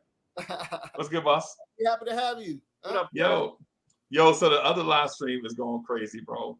It's crazy, yo. They had to take a break, man. I had to get down from over there, bro. People flipping over chairs and kicking tables over and lighting curtains on fire with torches and giving dogs snacks and stuff, bro. It's crazy over there, man. I had to get from over there, man, just real quick. I heard what y'all was saying about. I hear what y'all saying about Cam, bro. I think Cam is. You know what Cam Reddish's steal percentage is for his career? It's 2.8, bro. Cam Reddish's steal percentage is 2.8. Oh, that's not That bad. means out of 100 possessions, out of 100 and this is taken into account made shot, missed shots, fouls, free throws, all these things. When Cam Reddish is on the floor, 2.8% of the time he is going to generate a steal. Right, bro. That's crazy. That is crazy. But anyway, let me get back over here to these. Sign him. What did he say? you said he had to get back to something. That's what I'm saying. Sign him. Now, what would you sign Cam? Would you sign Cam right now for what? Everybody got 4 years. You know what I'm saying? Everybody's getting 4 years right now. Cam got to get paid too? He does got to get paid too, right? This is a contract year. Wait, it's not after this season? Or you mean he has to get paid before the season starts? I'm not sure. I know. No, because he wasn't our pick though, so we got him. We could wait towards the end of the season, I believe, because he wasn't our pick. You know what I mean? Like with RJ, we had to give him a deal by October, and then he either had to accept it or not. But okay. Reddish came from a different team, and we traded for him. Then we had to the end of the season, I believe. Right. But, yeah. I got it. Yeah. So that's good because let's see what Cam has to offer, and after that, we decide we can pay him. Yeah, but if he's already disgruntled and you're already hearing rumors that he may be wanting to be traded, and you said that was cap though, but you put yourself in Cam's shoes. Everybody got paid. You know what I'm saying? Mm-hmm. Mitch got paid. Brunson got paid. RJ got paid. Mm-hmm. They went to Duke together. You know what I'm saying? He's like, all right. I mean, he's probably thinking he's just as good. But he hasn't proven it. So right now he's at an ultimate low, his value. You know what I mean? So right. I would just throw him, try to lowball it and just see what you could get, you know what I mean? For him. What he'd take, see what he'd bite. And to me, what would that deal be? Like I said, it has to be a 4-year deal. Because he does have skills. It's just he can't stay healthy, you know what I mean? So right. Is he a 15 milli player? Is he a 20 milli player? Is he 12? What would you give him? It's tough because we have to see. I can't say based too much off potential because I don't know yet because the guy's always hurt. But I know what he can bring. I need to see it. I would have to see it this season. You can get him like 45, 50 mil over 4. Yeah, you can get him that. So that's about 15 a year. I'm not 15, 30. Yeah, so that's about 15 a year or so. If you go 50, it's 12 and a half. If you go 50, it's 12 and a half a year. Mm-hmm. So that's on the low end, don't you think? That is on the low end. That's why I say you don't want. I mean, you offer him that'll probably piss him. He probably gonna want to test the market anyway. So I don't know. I mean, yeah, that's but wouldn't you want to get that deal already done and over with? Because what if he has a breakout year? Then now you got to overpay.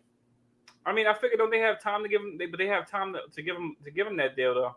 Yeah, but what I'm saying is, if they don't make the deal right now, and this year he averages 18 points, you know what I'm saying 3 steals, 5 boards. Maybe now 5. You're paying upwards to 20 plus milli. You know what I'm saying because of that performance that he gave. See, not to cut you off. So that made me think. I mean, we didn't give RJ the 185. Like I said, I would think we have money. I would think we have we have money for the future. Like we're flexible.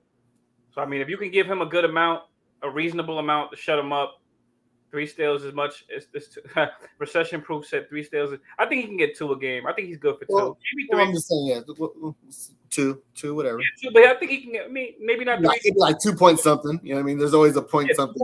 Yeah, I can see that. I can see him do it. I mean, that's pretty good. Like 15 to 18, I think is good for Cam. Because I think we have enough scorers or guys that can get buckets. So I don't know if healthy. He just has to. I guess he just has to get his minutes if healthy, and we'll see what we got with him.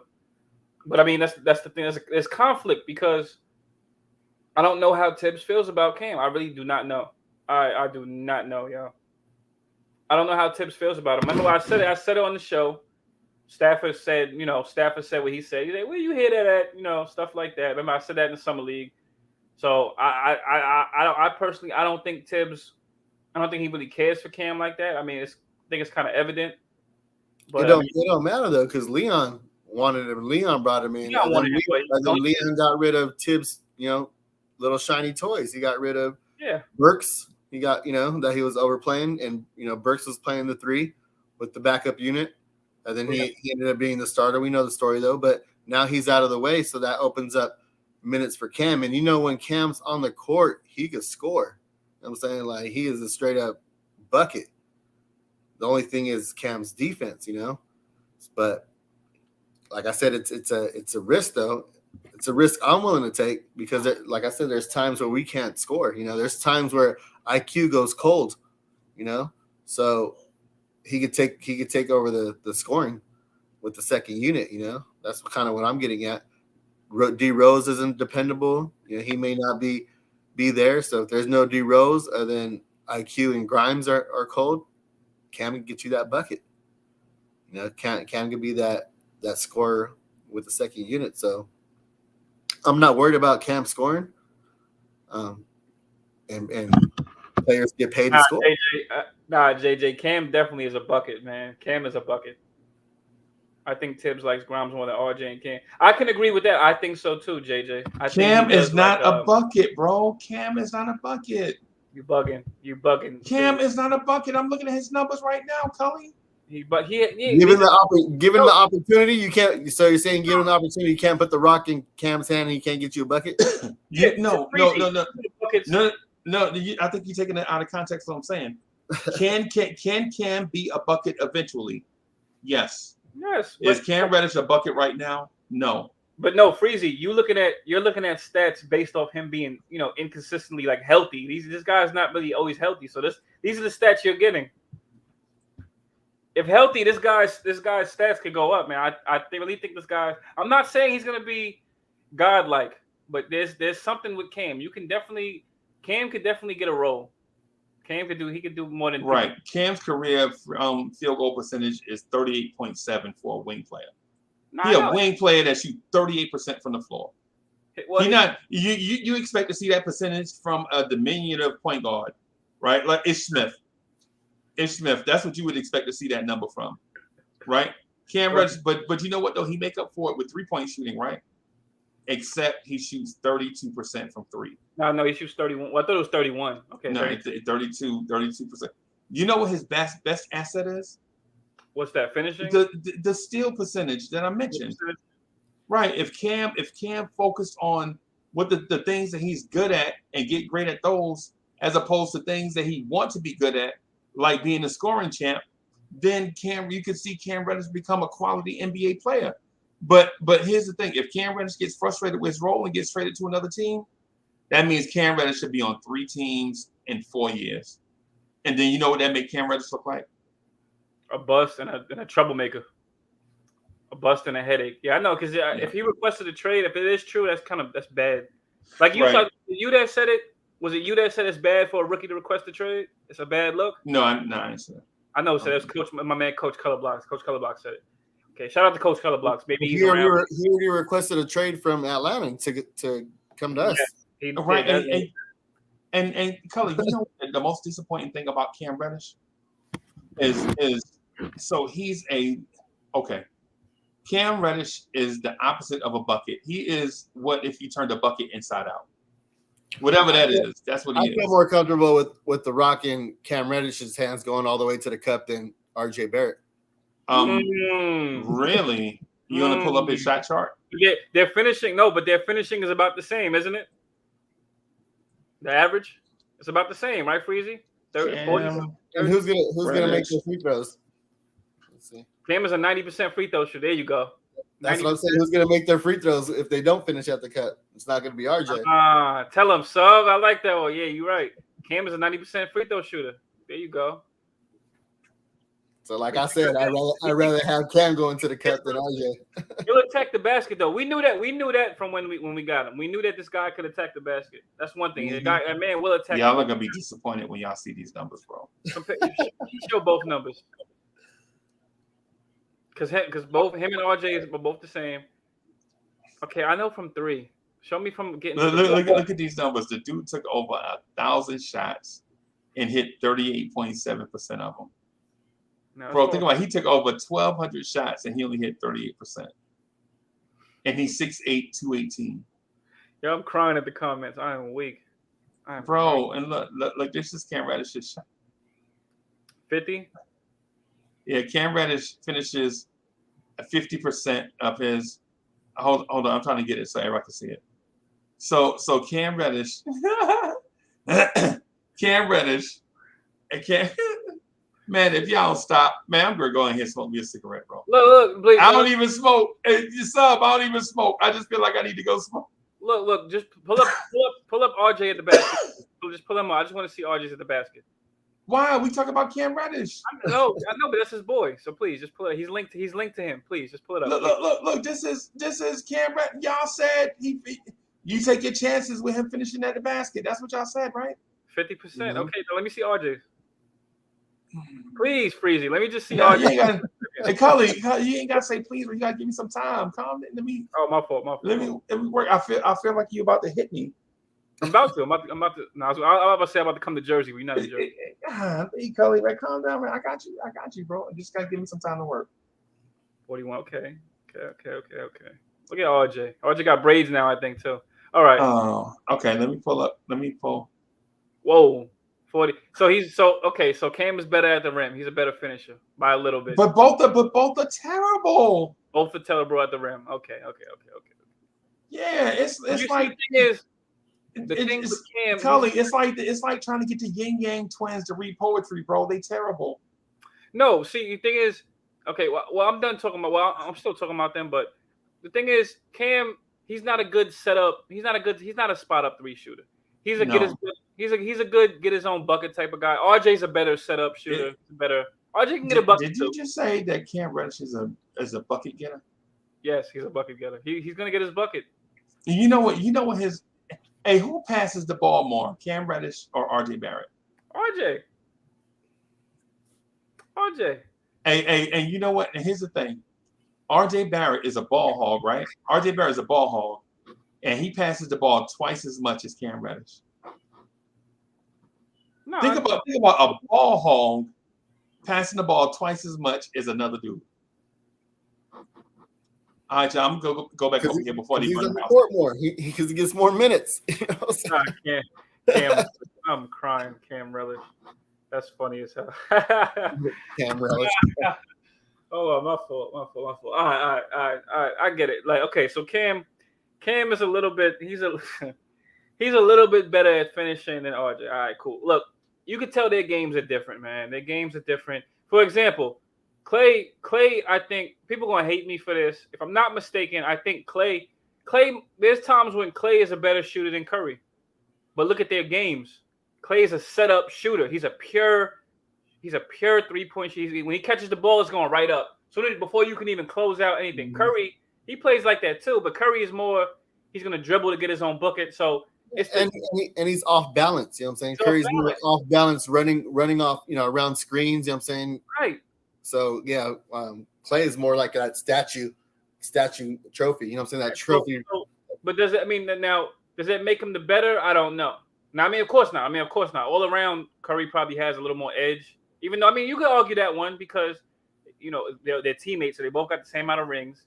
But Clay's playing both sides of the court, though. I'm about to say Clay's a way better defender. Way better. So he's guarding guards. You know what I'm saying? He's guarding guards. He's guarding power forwards. Like he's guarding the best player. If Curry's not doing that, Curry's guarding the weakest player.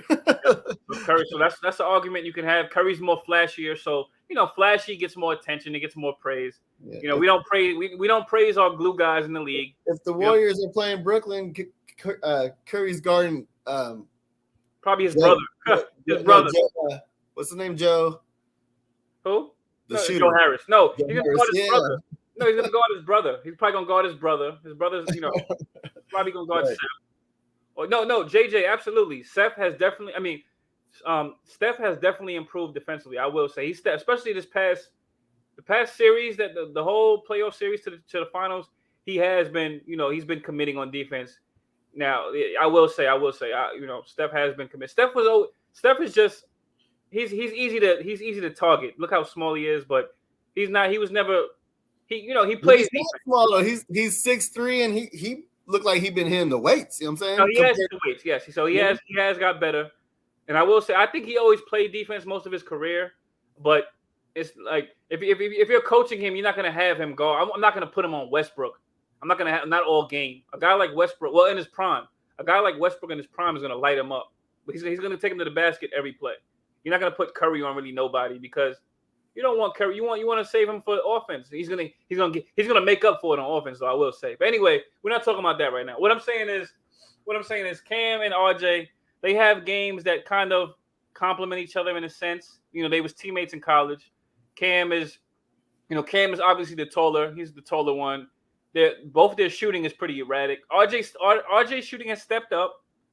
I want to see him create more and get his own bucket more and shoot from outside the three. RJ to me is more of a, he's not really a east-west, north-south. He's more of an east and west.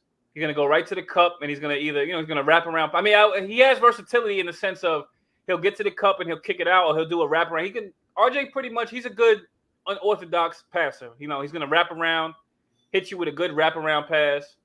He can pass from every angle, I think, just about. I think RJ can do that when he's committed because he's good at, he's good at pretty much his angles when he's using his head. So he's a good unorthodox passer and at getting to the basket. But he needs more of those when defenders cut him off from getting to the basket. You need a plan B and a plan C from RJ. You need a step back or a nice maybe a reset and pull up. You need more of that from RJ. Cam has more of those. He has a good good footwork, good step back. Now that translating to the NBA has been a problem for Cam. I will say it's been a problem. It's not consistent. That's why he is what he is now. And him not being healthy does not help his case. However, Cam does have, they both lack each other's, deficiencies. They both lack what the other one has. You know what I mean? So, yeah. So, I mean, now on the other hand, now we do have Grimes. Somebody said Grimes is going to keep Cam on the bench. Grimes is about 6'3", 6'4". We're going to need a guy. Pardon. We're going to need a guy when RJ goes to the bench. You guys may not look at this. We're going to need a guy that can guard another team's wing. We're going to need a guy with length. We're going to need a guy that's, with length that can be disruptive. We're going to need a guy for that. I'm just saying. We're going to need a guy that can guard, let's say, okay, I'm not going to say that. I'm going to say, what do I want to say that's a lengthy defense? I could say Giannis. Grimes is too small for the three. That's what I'm saying, JJ. I'm trying to think of a good example. Because Jimmy Butler, I mean, you could put Grimes on a Jimmy Butler, but you may also want somebody that has, long arms. You may also want somebody that can give up. You want to give guys different looks. You see other teams give different looks. You know what I think Tibbs is gonna do, Sub? I think he's gonna play. He's not gonna. This is what I can see Tibbs doing. He's gonna play the starters, which is Fournier and Brunson, RJ. Now when he takes Evan Fournier or RJ out, he's gonna keep one in for a longer period of time. He's gonna put Grimes in, and then he's gonna bring the other one back. So he's probably gonna he'll probably take out Fournier, have Fournier have Grimes and RJ run together. Then when it's time to take out RJ, he's gonna put Fournier in instead of just going to Grimes, instead of just going to Cam. He's gonna run somebody in extra minutes. That's what he's gonna do. I'm just being real. Yeah, that's what Tibbs is gonna do. Instead of putting Cam on a guy it may be a game we're gonna see it in the season. It's gonna happen. We're not perfect. NBA is full of talented guys, so there's gonna be a wing that's just gonna kill us, and people are gonna say, why don't you put Cam in? These guys are gonna be cooking us from the beginning of the game to the end. Fournier is gonna get toasted. Grimes is gonna do what he can, but when Grimes sits, RJ is gonna have to come in. And then if RJ's getting toasted by the guy, or if he's getting lit up, I'm not gonna say he will be, but if it's a guy that's just he might be too tall for RJ. Who knows? He might be able to get around him or get over him, get his own rebound. Who knows? He's gonna that's what's gonna happen. He's not even gonna go to Cam. He's gonna run somebody in extra minutes. Probably gonna be RJ. He's gonna take out. That's what's gonna happen. It's gonna be Fournier. Fournier's gonna come out for Grimes. Grimes is gonna play about 15 minutes maybe. Or him and RJ are gonna play together. And then when it's time to put Fournier in, all right, Fournier, you come back in. You come back in and run with Grimes. And then when it's time to take Grimes out, put RJ back in. That's what's gonna happen. And Derrick Rose is gonna come back in. Derrick Rose is gonna come in for Brunson. That's what's gonna happen all season. So what about Grimes? I mean, what about Cam? Cam Tibbs is gonna bypass Cam. He's gonna bypass him. I'm telling you, he's gonna bypass him. You're killing me, boss. Man-child, that's what I'm saying. The length of certain defenders can alter shots, but Tibbs is not. And you would think Tibbs loved that with Luol Deng. He's not. He doesn't. He just doesn't care for Cam. Luol Deng was the perfect defender for Tibbs, but he's not gonna use Cam. Man. I'm telling you, he's not gonna put in Cam. Freezy, that's what it's gonna happen this season. This season, Freezy got the whatever face. So I'm trying to figure it out. So look, Freezy, this is gonna happen. Freezy, I know you like Tibbs. That's cool. Tibbs is cool, but this is what he's gonna do. He's gonna start Fournier and RJ. Right when it's time to take one of them out, it's likely gonna be Fournier. He's gonna take out Fournier before RJ. Who is he gonna throw in? His boy Grimes. So Grimes and RJ are gonna run together. So when it's time to take out Grimes, Fournier is coming back in, and RJ's gonna stay in. Or when it's time, or he's gonna probably take out RJ and put in Fournier. But that's how he's gonna interchange both of them. Oh, Sub got that look on his face. So no, because that's what it's gonna be. McBride is a third string. I don't know. It depends how Tibbs values him. I think Tibbs likes Quickly more than McBride. So, but McBride, Quickly, both of them are coming after Derrick Rose. I don't think they're both coming in. I don't know. And so Cully, I feel like I'm stuck here, bro. I feel like I gotta rock until 6 o'clock. Oh, shoot. I wish I could do that with you, but I don't know, man. I feel like I gotta rock till 6 o'clock, bro, because of Donovan Mitchell thing. Because of Donovan Mitchell. I might just rock with you. I'm a little mad about that. But one day maybe I should go live one day. I need to curse, but I'm not gonna do that. But, yeah. I'm just pissed off. Another show, Kelly. We keep it clean here on the Blorange Tears Network. I know. The Blorange Tears Network. Blorange Tears. I'm sorry. I'm just mad. I'm a New Yorker, man. What do you about too smooth fashion? Huh? You gotta adapt. I ain't even see that. Okay, hey, so guess what? That was too smooth. You know You know what, Sub? You got to rock that during the season. Let's say I hate to say it. Let's say there's a game where Tibbs loses. You gotta, and the back says with the culture, adapt with the culture. That's even more better. See, that's even more smooth. See, Boom. if there's a game where we lose, that we should have won, you got to come up here and rock that shirt. You gotta, because that's gonna be the theme for the night. I think I got one. Or do I have a hat? You got the shirt. You got the green one with the camo hat. Bim. No, C-Mac. See, it's not me that thinks Deuce is a third string PG. I think Deuce should play. However, it's Tibbs. I know Tibbs likes Deuce, but it's seniority. Jalen Brunson's our starter. I would think so with $110 million. And then Rose is backing him up. If Rose is not traded between today and the season, Rose is a backup. He's the backup for this team. I don't think Quickly might come in at the 2. He might come in with Rose if it's not Grimes. But we all know. Let's not be blind here. We know that Tibbs likes Grimes. So I don't know who's coming in at the 3. It's probably going to be Grimes, according to Tibbs. So it's probably going to be Rose, Quickly, Grimes, Obi, and what, Hartenstein? Hartenstein. Yeah. Yep. I don't know if Jericho Sims is going to see. I don't know where we're going to get the rebounds at, though, but with that lineup. Hartenstein's a good rebounder. Wait, is he? He's a decent rebounder, right? I see him get pushed out of the paint a lot, and he's trying to reach over guys' shoulders and try to keep that possession alive or tap it out. But he's not strong enough to be in the paint with natural bigs. Right. So he's better off guarding Vucevic, and those stretch fives out there, instead of your natural type fives. So. Right. And Yeah, I don't know. That's the thing. I don't know with this team, man. I mean, Hartenstein, he's, other than the rebounding, he's a good player overall, good defender, good energy. I like his character. Um, he will shoot a three. That gives you your floor spacing. I don't know. I can't call it. I really don't know. Yeah, I don't know. Yeah, I don't know. 'Cause I don't know. Somebody can still get traded. Whether it be the picks, whether it be some of the young players. I mean, Knicks may still want. I seen a few minutes ago, maybe 20 minutes ago, somebody said Leon Rose is not worried about a rebuild. He wants to win now, just like Tibbs. So it's possible. I don't know what's on their mind. I don't know if these guys. I don't know what they. I know what Tibbs wants. I don't know if Leon's on the same page. We don't know.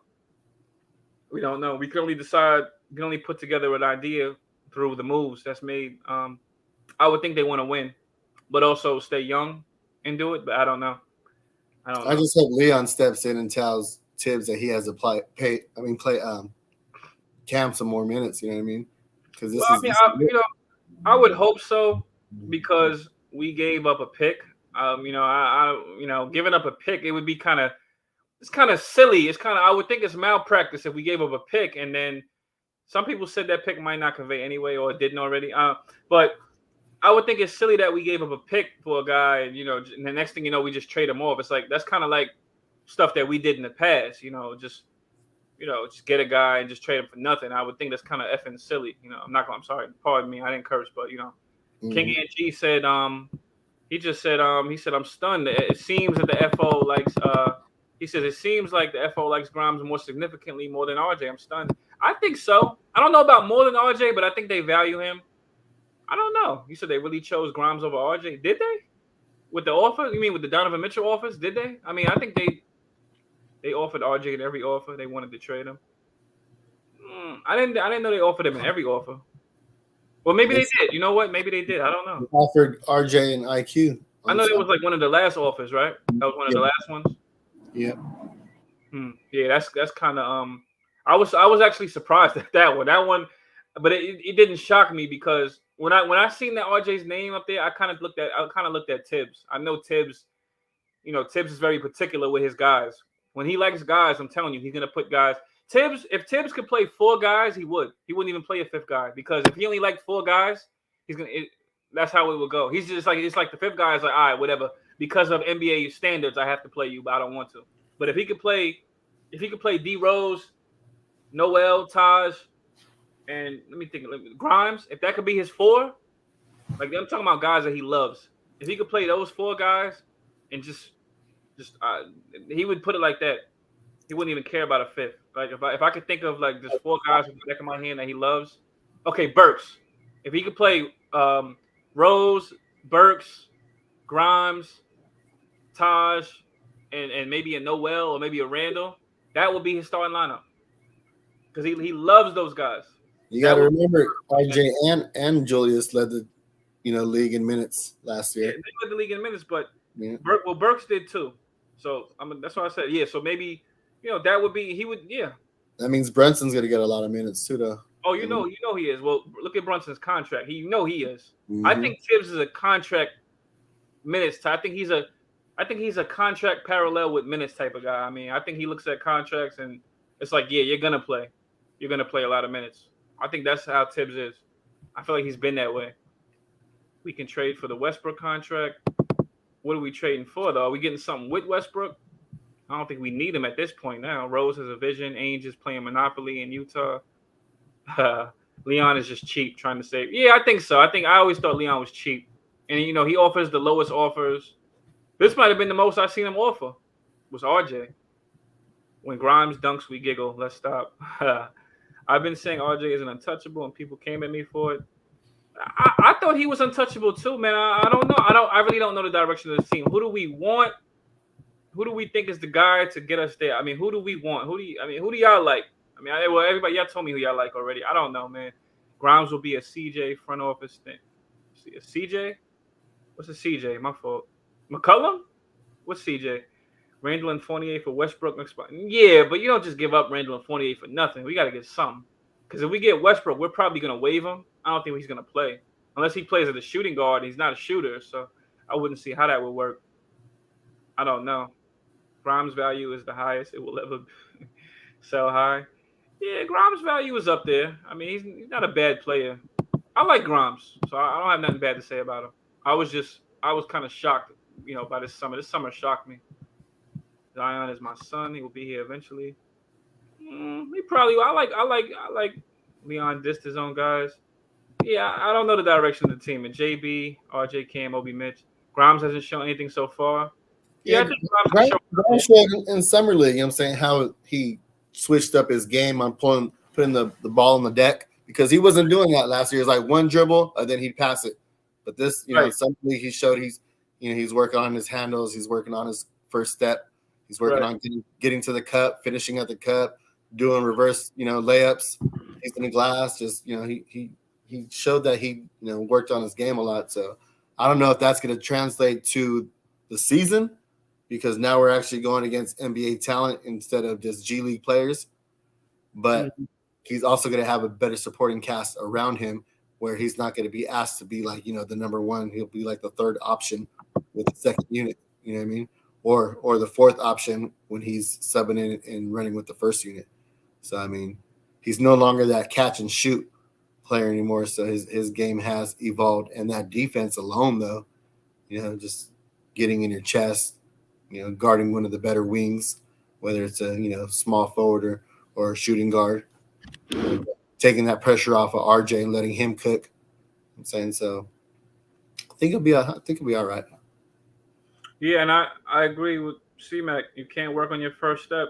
Either you have it or you don't. I always say that. Some guys are blessed with it. You have to be blessed with it, with that athletic first step. You either have it or you don't. If not, well, you don't need a screen though. Is what I'm like. You know what I mean? You don't need that screen. Yeah, you won't need a screen. That's what I said. Guys, some guys have to use their IQ. They have to use their basketball IQ to get past guys. They have to use, or a screen, screen help.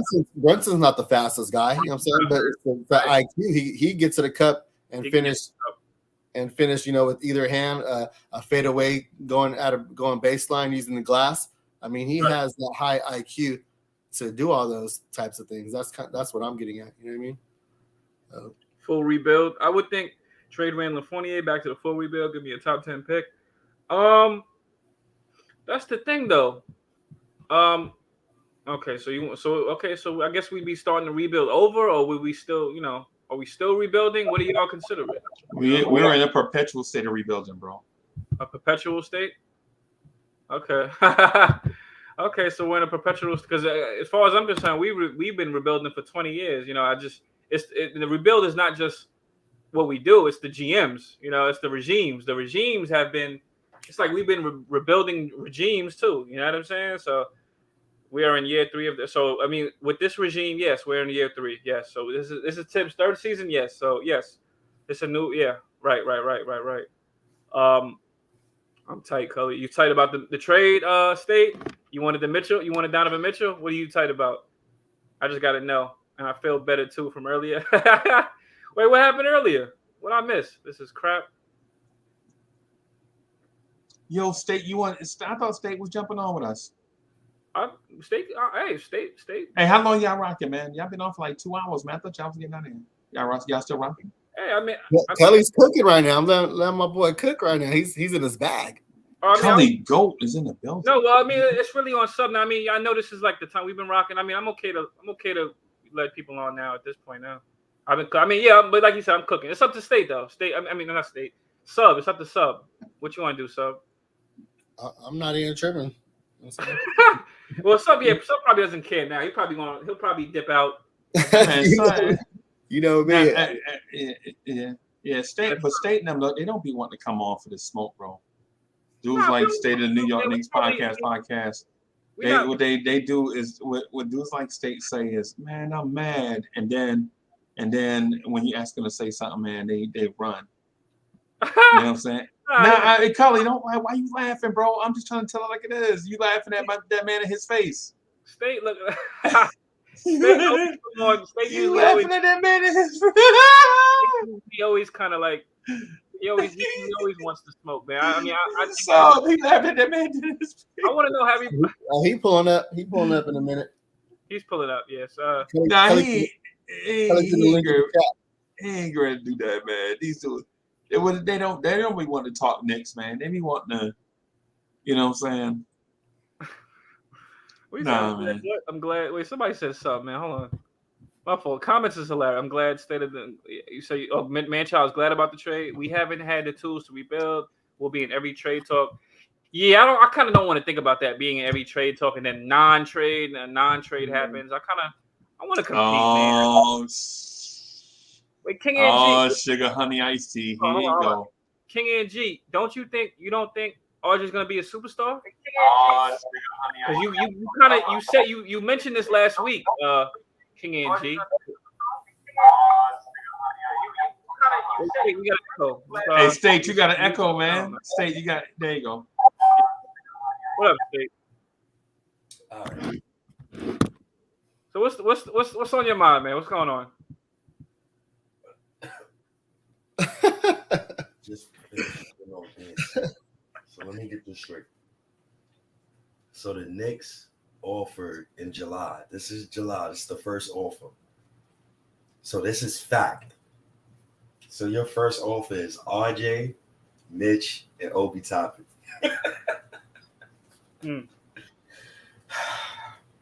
Leon Rose has sat here and he preached rebuilding and building with the young players for 3 years straight.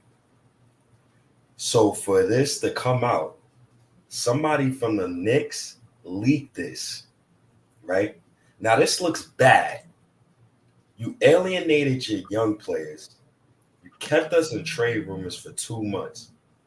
Mm-hmm. So even if I say don't trade RJ for Donovan, you don't even get your guy that you wanted.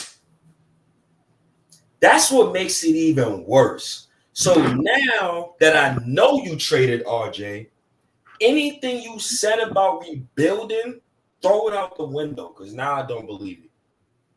You lied, respectfully. And since they lied, I don't trust this management no more because you signed RJ and Mitch to save face because Utah told you no. I would be happier if they chose a direction. We still don't have a direction. This is after 3 years of Leon Rose spending $300+ million for the New York Knicks. So now that this is leaked and now that we know everything, Tibbs has more sway than he should within the front office.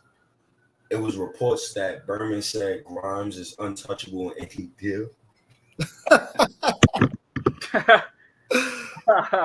And the fact that you even put Mitch, RJ, and Obi in a deal with first-round picks for Donovan tells me this management don't know what the F they're doing. They don't know what they're doing, fellas. No, they got us on this roller coaster ride. You know what I'm saying? Like, we didn't draft nobody. You know what I mean? We had Usman Deng and Jalen Duren. Didn't draft nobody. We were supposed to go a direction with the young group and develop. Didn't do that. Then they're like, oh, okay, we're saving all these picks because we're going to go after the star. Didn't do that. I mean, what are we doing? I'm tired of going on this emotional roller coaster with these guys. Killing me. You miss out on Jaden Ivey and Donovan Mitchell in one summer. You trade out the first round. Let nobody after the 11th pick better become an all-star. Let's keep that in the back of our heads because he did trade out the first round to give his nephew $100+ million. The first time that has ever happened, that a player has gotten a $100 million contract without being an all-star. You still haven't traded Evan Fournier yet. The fact that we don't know if Cam Reddish is going to play bothers me. Oh my God, yeah. Then what's even crazy about that is what is the plan at power forward? Because it was already reported Tibbs don't like Randle and Obi together. Like, what are we doing? There's too many cooks in the kitchen. Somebody has to be fired, bro. I'm sorry, but this is not going to bode well for that locker room. And like how you sign RJ to save face, like I'm not even happy they signed them anymore. Like I'm a little salty. Like you dad tried to save face Now that it's out that you tried to trade the boy in July.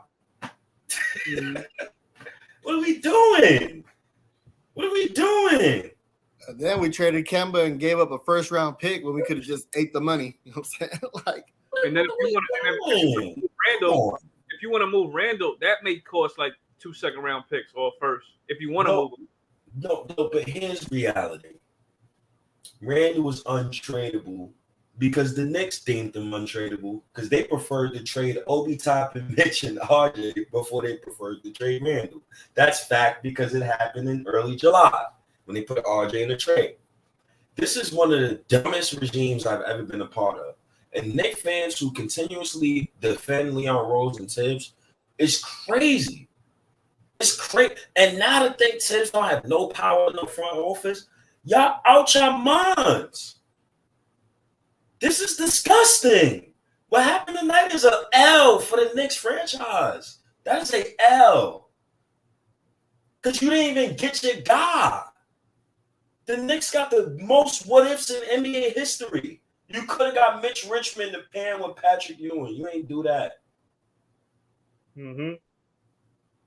You could have got Chris Paul with Carmelo. You ain't do that. Oh, they got Tyson Chandler instead. Yeah, I remember. Come on. Yeah. You could have, should have, would have, could have got KD. You didn't do that. What you doing? Yeah, like what's going on right now? This is stupid. I'm trying to tell people. Okay, hold on. Here's the snakiest thing of it all. I didn't even mention this. You traded Reddish because Reddish was RJ's replacement after you traded him. I damn sure don't trust this management office no more.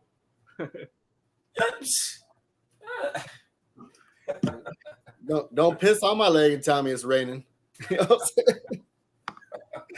I really don't. I don't know. Like, I'm worried. The thing is, these are things I'm concerned about. Like, I am concerned about these things. That's why I try not to think about them. I'm really trying not to think about them. I'm concerned with this team. Yeah.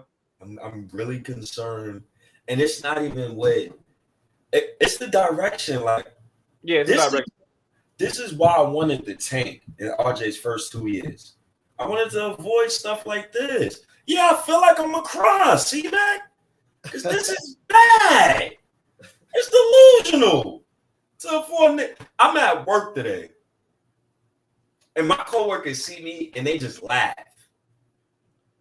And I'm like, yo, why you laughing? Yo, you let Donovan go to Cleveland, bro? Because of Quentin Grimes? You know what? What about Quentin Grimes? My bad.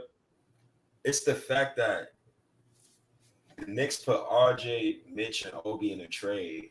Utah said no. So you try to save face by signing RJ and Mitch to these contracts. And it's like, yo, and then fans going to try to sell me the next disgruntled superstar.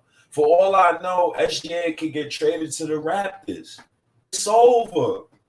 We should have built through the draft. Just play the kids. I don't need to see Randle no more. This whole report, Knicks don't want to use assets to move over him. Trade him, please. That's how you give me a good offseason. I don't want to see Evan no more. It's tiring. I'm done. Rose is a fraud. Yo, they offered RJ. They offered RJ.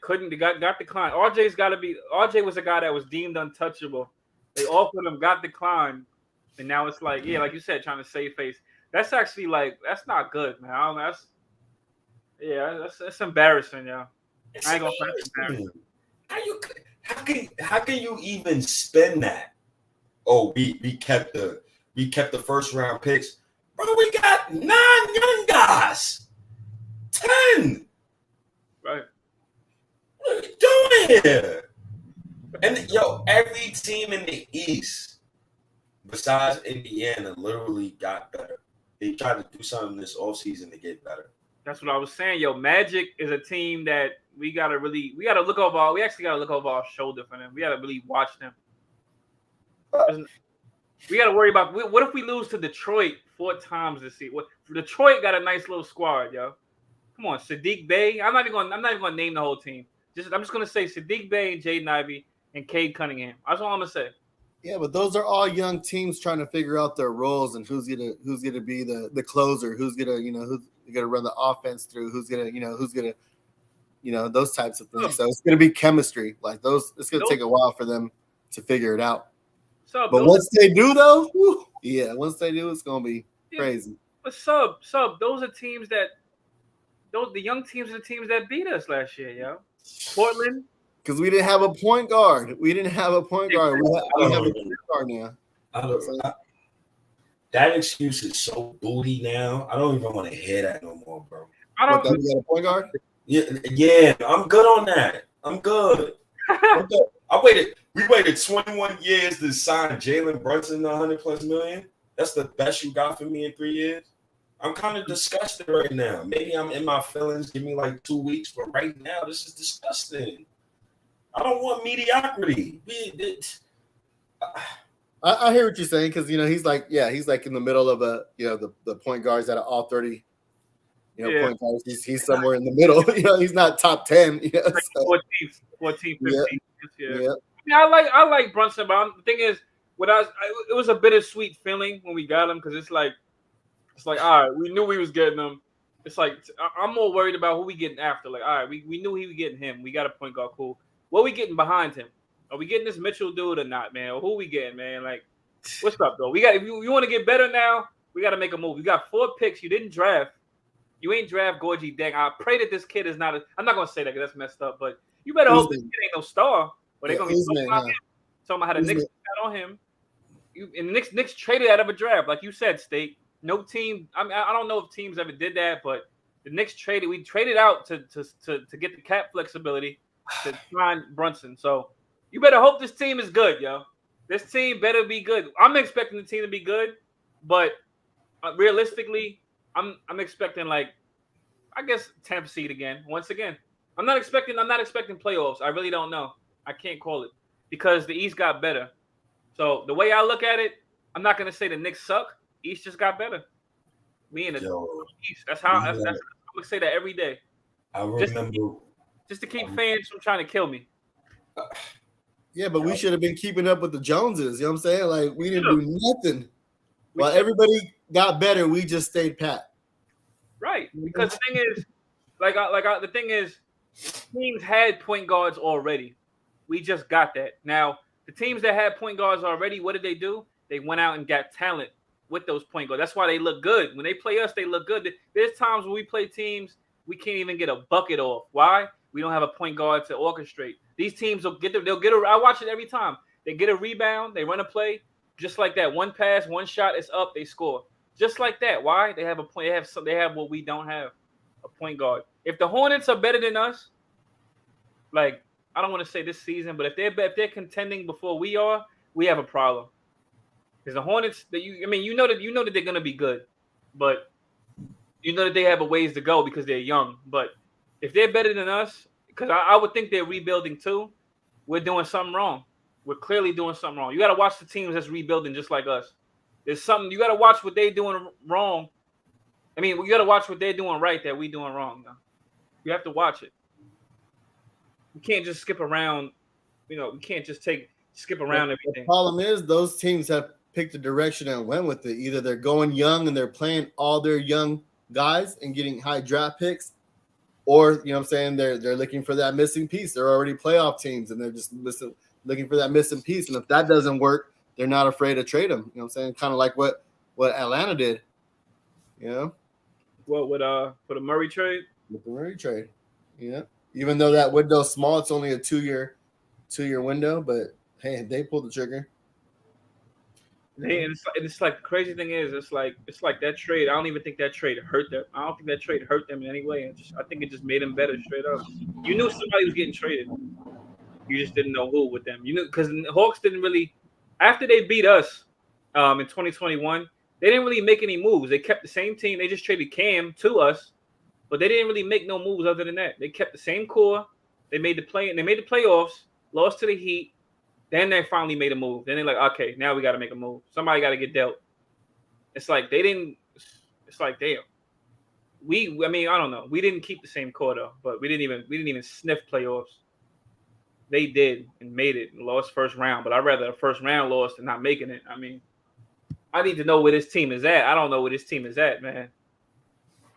Then we got Fournier in another year. I mean, I don't know. I don't know. It's these dudes' fault, man. They be wanting to tank. That's why Spider ain't here.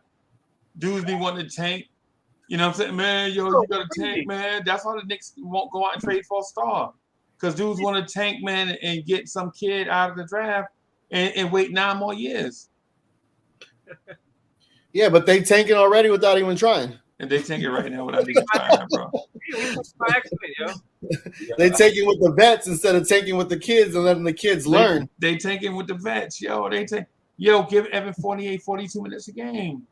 Oh, you know what I'm saying? That's what's confusing me. Like they're tanking by accident. You know, it's like you're losing. Like, and if you want to win, you ain't gonna win. You're gonna lose. So it's like you tanking anyway. It's like, yo, it's kind of like embarrassing. It's kind of like embarrassing for a franchise. I'm sorry, it's embarrassing. Kelly, I ain't gonna lie to you, bro. I was dating this lady, bro. This might have been like 35 years ago, maybe like 30 something years ago, right? Right. Yo, she was so fine, bro. I saw her walking across the parking lot, and she tripped and fell down. And I was like, yo, you all right?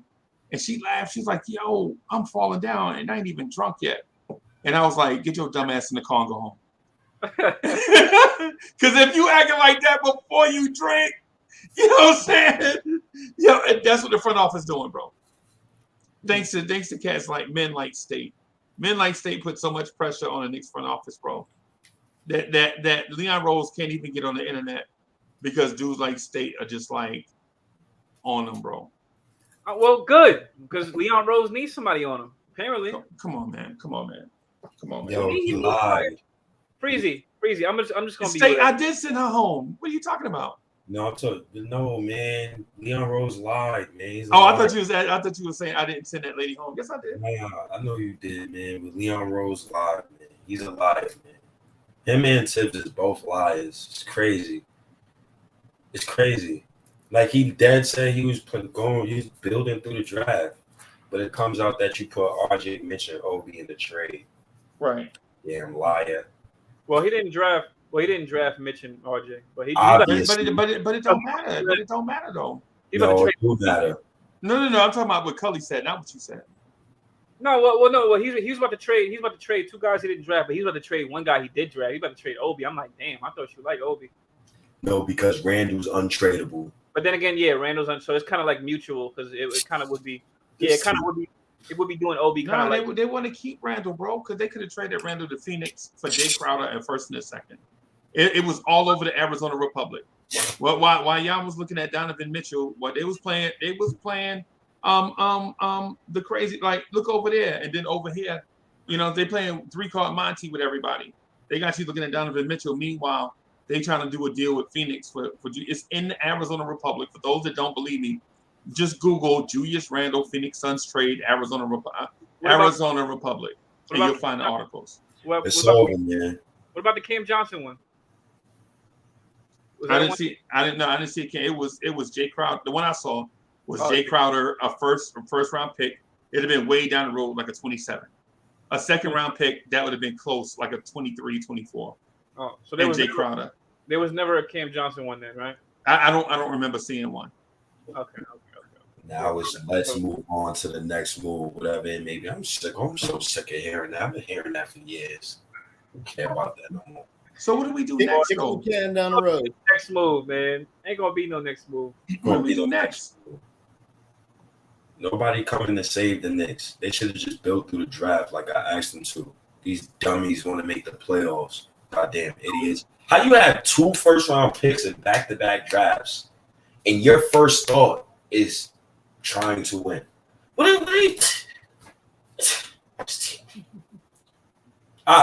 don't know, man. I don't know, man. People think Brown's going to be Klay Thompson, and, you know, you could have had Kuminga. So I don't know. I'm speechless. They still don't have a direction. I'm about to literally watch Randle do ISO for 4 years straight. He gonna run ISO this year, bro. Oh my God! If you thought Randle made you frustrated before, yo, Randle about to go ham this year, bro. This franchise, Yo, everybody, think about it. Everybody was put in a trade from Donovan Mitchell except Julius Randle. yo, Right? And then the Knicks are like, no, Jay Crowder, a first and a second is not enough for Julius Randle. Bro, Randle ego just went through the ceiling, bro.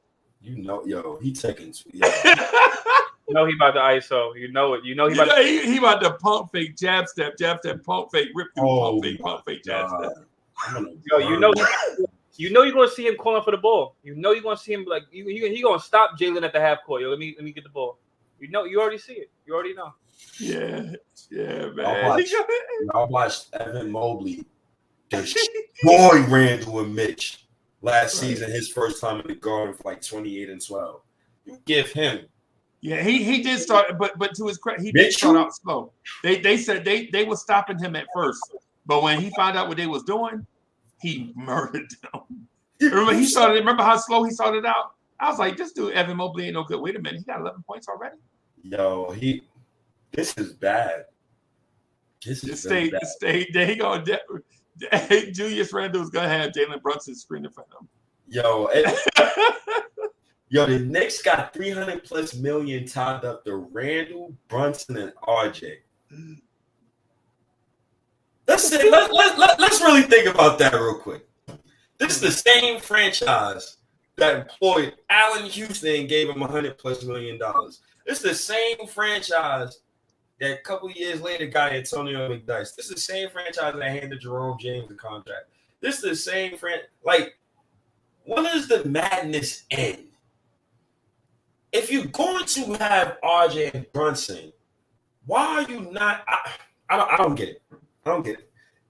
Any organization that wants to trade RJ, Mitch, or Obi before they get rid of Randle, me personally, I feel like everybody should be fired that is associated with wanting to trade those three guys.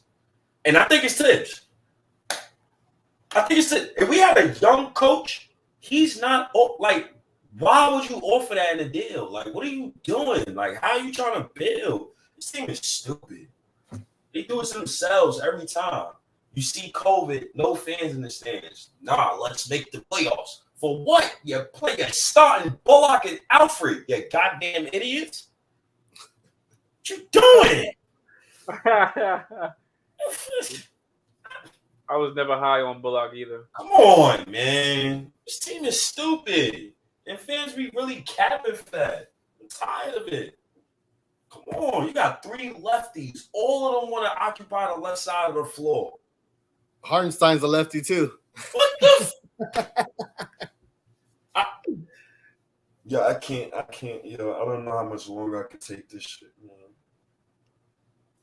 With Leon Rose, man. I don't know, man. Because, yo, 3 years, bro. You got beat out for Spider-Man from Cleveland? Never in my 32 years of this earth I thought Cleveland anything to beat out New York, anything in any trade deal in any type of professional sport. Not even professional soccer, bro. They should be getting beaten out for deals. Yeah, right. Salute my man Julian Blum. We're talking about 3 years down the road, fellas. These picks are 3 years down the road, not the 2023 picks. You know what I'm saying? None of those. They talking about 3 years down the road where the front office might not even be here. Right. They might not even be here. That's what I'm saying. Like, you would think you're trying to save your job. You feel me? Like, you trying to do everything to keep your job, but you kicking the can down the road. I don't know, fellas. I don't know, man. Today's been a bad day for me, man. I hear you. I was at work too, and I checked my phone. And I said, "What? This got to be wrong." Donovan to the Cavs. I'm like, this got to be cap right here. And all these other sources. AD is pissed. AD said, "I got to leave the Knicks alone for my health." Oh man, that's how State. I think that's how State feels right now too. I think that's how we all feel. Look, I mean, we on these shows all the time. We talking about Donovan Mitchell. We did all our research on the draft. You know what I mean? And for what? We got nothing. We got nothing to show for it. It was a great day to me. Drew. Yeah, I respect it. I respect it, Jules. I respect it, man. I don't know, man. Like, yeah, I don't know. I just want to be relevant. I want to be good. You know what I'm saying? I don't want to just be watching my team lose all the time, frustrated that we could have had some talent in here and we chose not to go that route. Right. But what, to have Fournier there? I mean, we could have had a Donovan Mitchell instead of a Fournier, and we chose not to do that. Yeah. Now we're gonna look at him because it's one thing where a guy's a bad defender, but he can't Fournier. I like Fournier's cool, man, but it's like he's not taking a lot of guys off the dribble, to get to the rack. You know what I mean? Like for the elite first step, it's like he needs another guy that's not athletic. You know what I mean? Like he needs a screen. He needs a screen if he's gonna get any type of free. He's a backup starting up for us. Yeah, technically. Yeah. You know what I mean? Like that too. Yeah. 28, yeah, pretty much, yeah. I don't know. I don't know what else to say. I'm speechless. Yeah, me neither, bro. I'm kind of like I'm on the fence about it. I can't believe. I can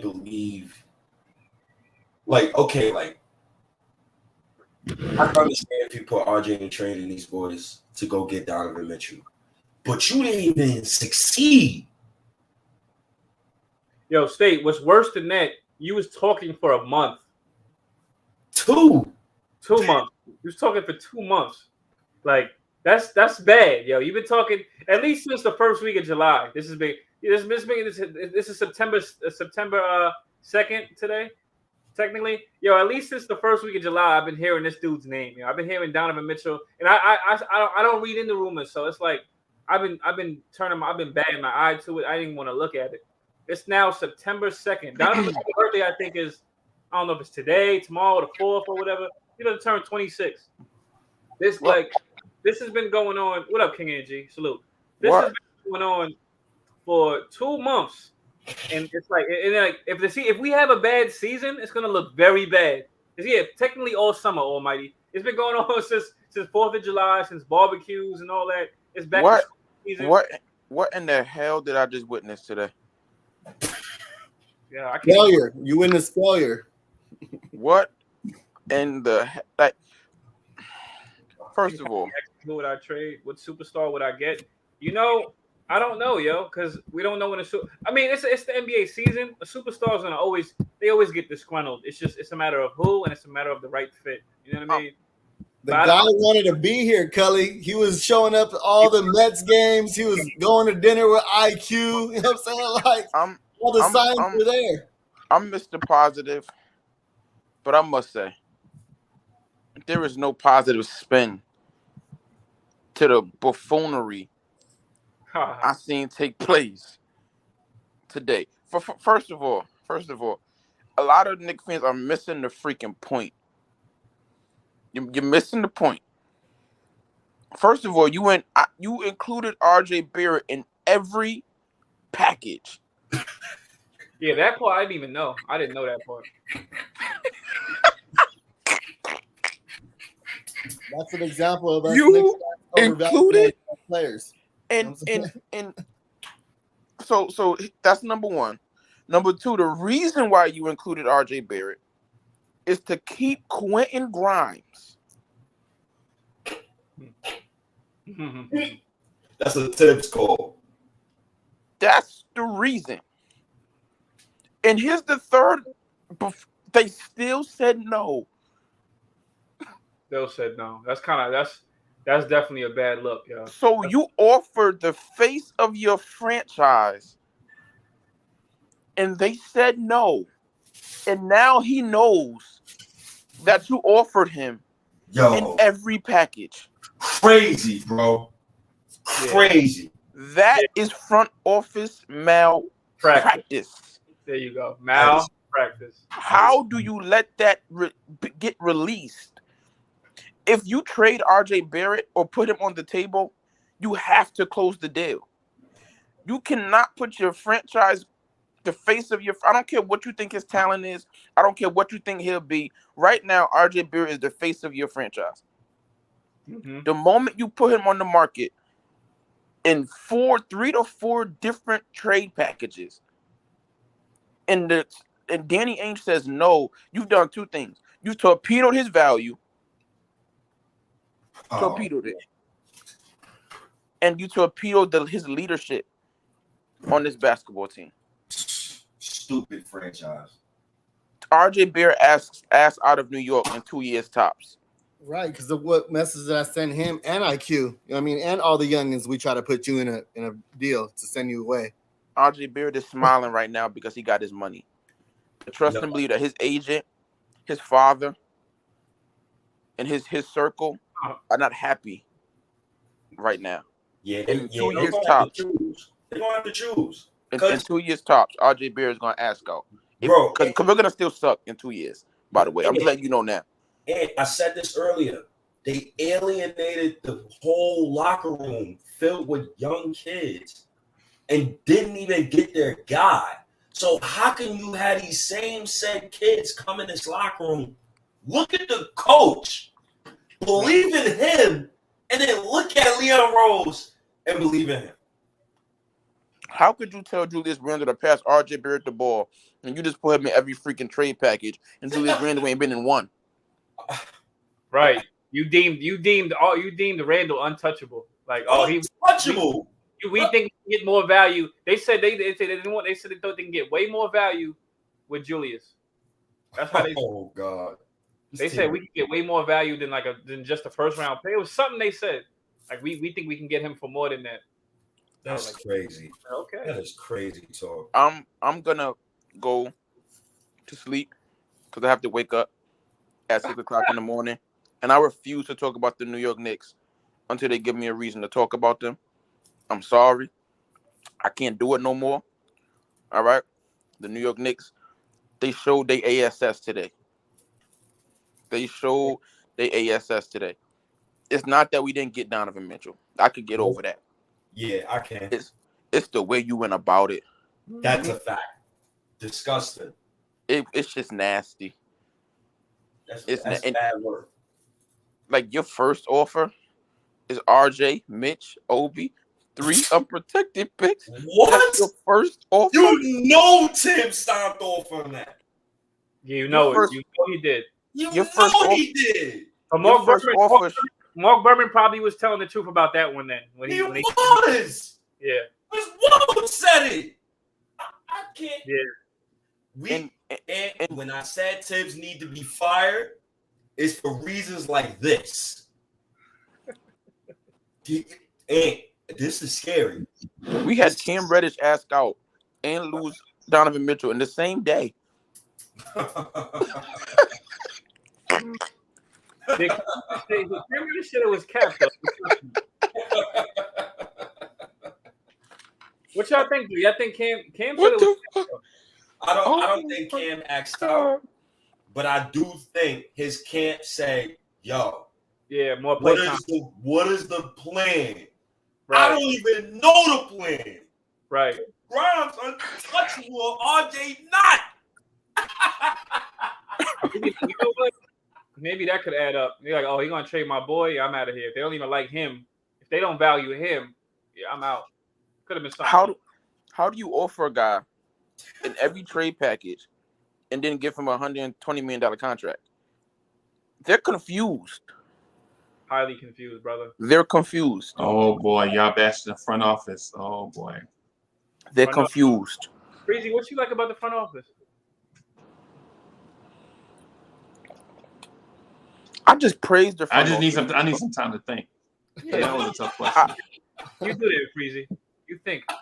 I just praised them yesterday because I said, Leon drew a line in the sand. I'm cool with it. But he didn't draw a line in the sand. Nope, that was a lie.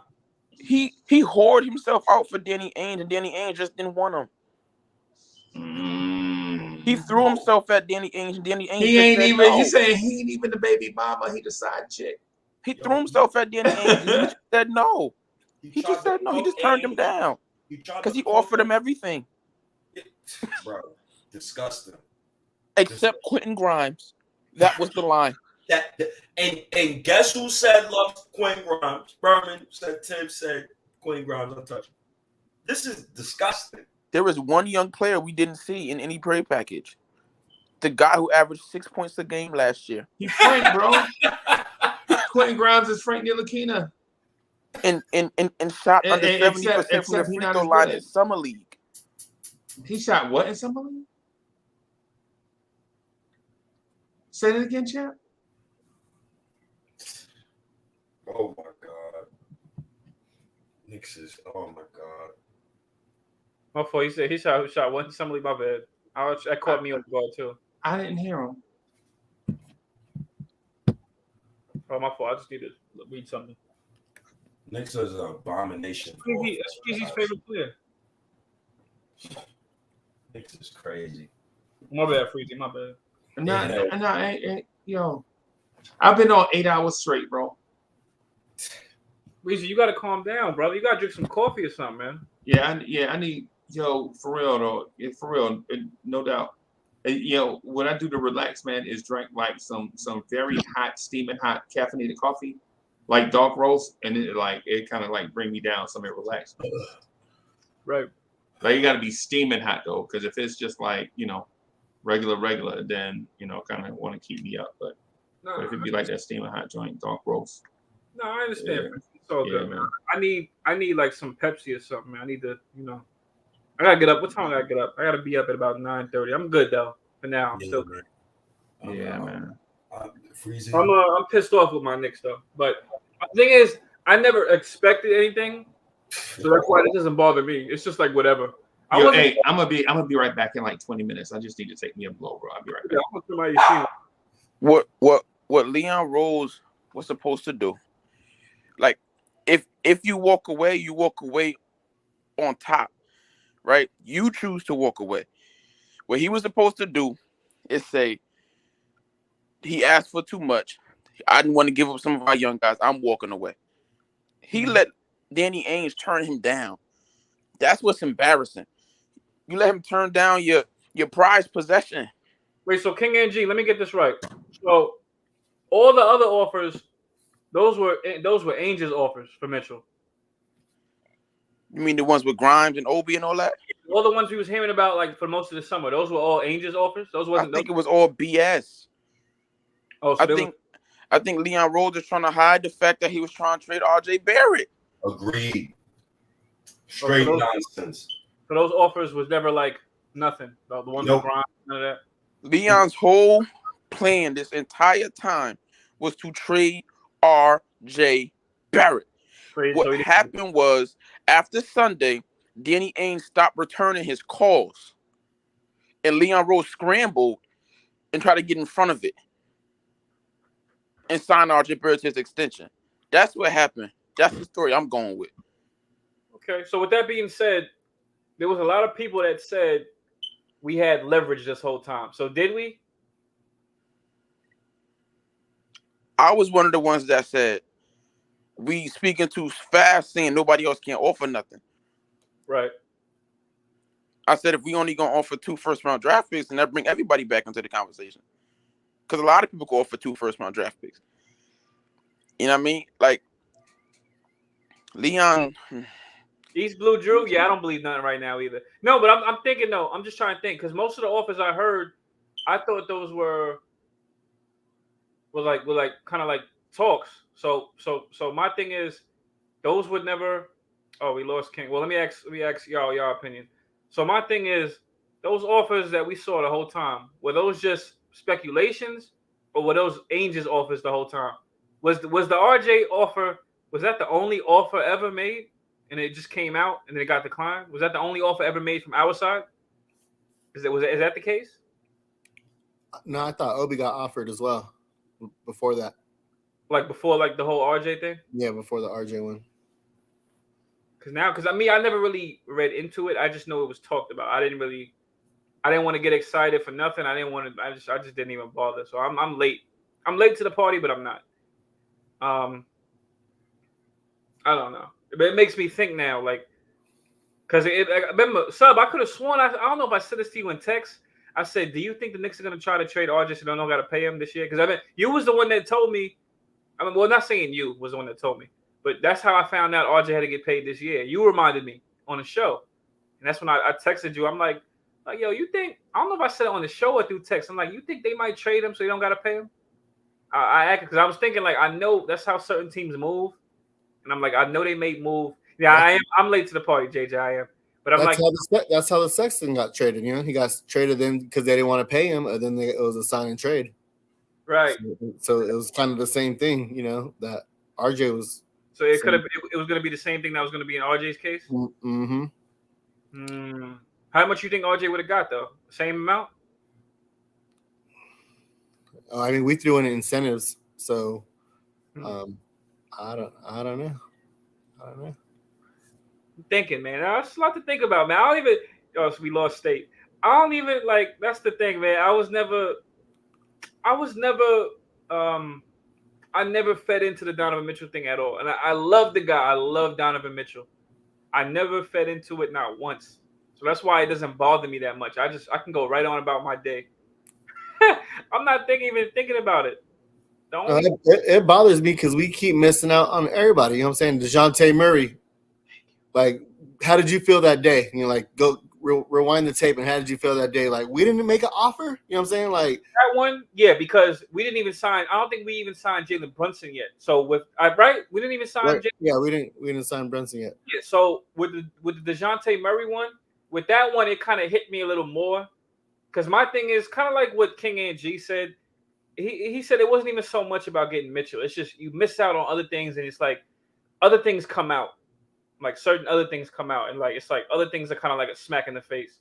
So it kind of like it was like that with DeJounte. It's like we missed out. It's like I don't even know if the Knicks even made an offer. Always missing out. We're missing out on the Kevin Durant. We're missing out on, you know what I mean? We're always missing out on players. Missing out on LeBron James. You know, we were always missing out on players. I'm tired of missing. You know what I mean? And now we have all this draft capital and assets, and once again we're overvaluing our players, and don't nobody want them. And you know what else we missed out on most of all? A draft pick. I mean, we got Jalen Brunson, but we missed out on a goddamn draft pick. And it's like my thing is if RJ was now you watched the draft, right? You watched the draft? Yeah. Okay. Now how did you feel when you heard the commissioner say New York Knicks choose Ousmane Dieng? Oh no, I like Ousmane Dieng. I was okay with it because that's one of the guys I wanted. I'm not even gonna lie to you. So you cheered, right? You cheered. You were happy about it. And then a couple minutes later, the Knicks traded. And then when I seen the trade, I'm like, oh. So my first thing is because if I'm not mistaken, I think the Knicks did this last year, the year before that too, with when we traded back. So it was kind of like, okay, first thing I'm thinking for who we doing this for? Who we trading back for? Please let me know right away. What are we doing? And it was like a question mark to me the whole night because I didn't know. It's like we traded, so we acquired 4 picks. I think that same night we made the Kemba move, right? Was it the same night? Yeah, we traded the Kemba. Then we gave up a first round pick. You know what I mean? So what did we do all this for? It's so confusing. Like why did we do that? C-Mac, you're gonna eat crow if that boy is good. I'm telling you, nobody wants our players. We stuck with them. They gotta hit. RJ has to hit. And but I like RJ. But this is why I said I wouldn't have paid him that much. 120, I guess is. But my thing is this: if we have money, what was the last thing you asked me, Sub? My bad. I was just trying to remind you of that emotional roller coaster because it wasn't just this year's draft; it was last year's draft too. You know what I mean? With the Quentin Grimes. Oh yeah, so exactly. So I was still numb to it because everybody that's a Knicks fan could kind of say we anticipated that because we traded back last year, so it's kind of like, okay, he's a possibility he might trade back from 11 if there's nobody they want. And that's another thing. This is what applies to the whole missing out scheme. There's other talent if you miss out. That's why you have a plan B. You're supposed to write all these names down of guys. But I mean, I don't know if Leon, I don't know if they're trying to work around Tibbs. I don't know if Tibbs is like, no, I don't want this guy. If you get him, Tibbs could be telling them straight up, I'm not going to play the guy if you get him, so don't get him. I mean, I don't know who has more of the power. Tibbs is the coach. He can get fired, but he's the coach. He don't have to play a guy. And it could be pressure on Leon Rose in that regard because Leon Rose, one, he may not want to fire Tibbs. Two, who are you going to replace him with? So that's another job. And then not only that, if you fire Tibbs, Dolan could just go over both of you guys' heads and say, yo, you're out of here. You're out of here. And now the Knicks are in shambles once again. So it's a lot of stuff. So I don't know if it's Tibbs doing. Why is Tibbs going against the grain, though? Why is it taking him so long to play these guys? Once they play, they're good. You know what I'm saying? IQ, you know what I'm saying? Look at IQ playing. Look at Grimes playing. Look at Obi when he gets minutes. Look at Jericho Sims. Like, all these guys can play. It's just Tibbs being stubborn on, when he's going to play him and how many minutes they're going to get. That's the thing. Tibbs has his way of what's the word of protect.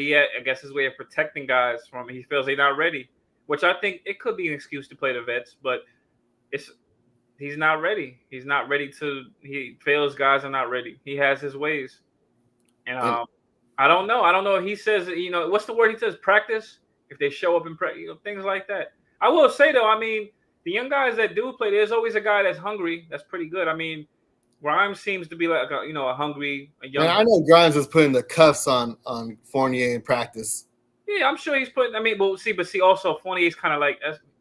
I'm gonna be honest. Fournier. I mean, he's a solid player, but he's probably easy to guard. I would think. That's what I'm getting at, though. He's easy. Yeah, he's easy for Grimes to guard. If it was Jaylen Brown, he'd probably be giving. I mean, it'd probably go both ways. Jaylen Brown probably be giving Grimes the business, but I will say Grimes will probably make him work for a bucket. I mean, that's what I think. But I mean, yeah, like Tibbs has his ways. He has his guys. I don't even know if Tibbs likes athletic players. I really don't know. I think he just likes, slow-footed. I don't know what he likes. I don't think he likes athletic players. I don't think he likes that. I think Derrick Rose was like the most athletic player he ever coached, if I'm not mistaken.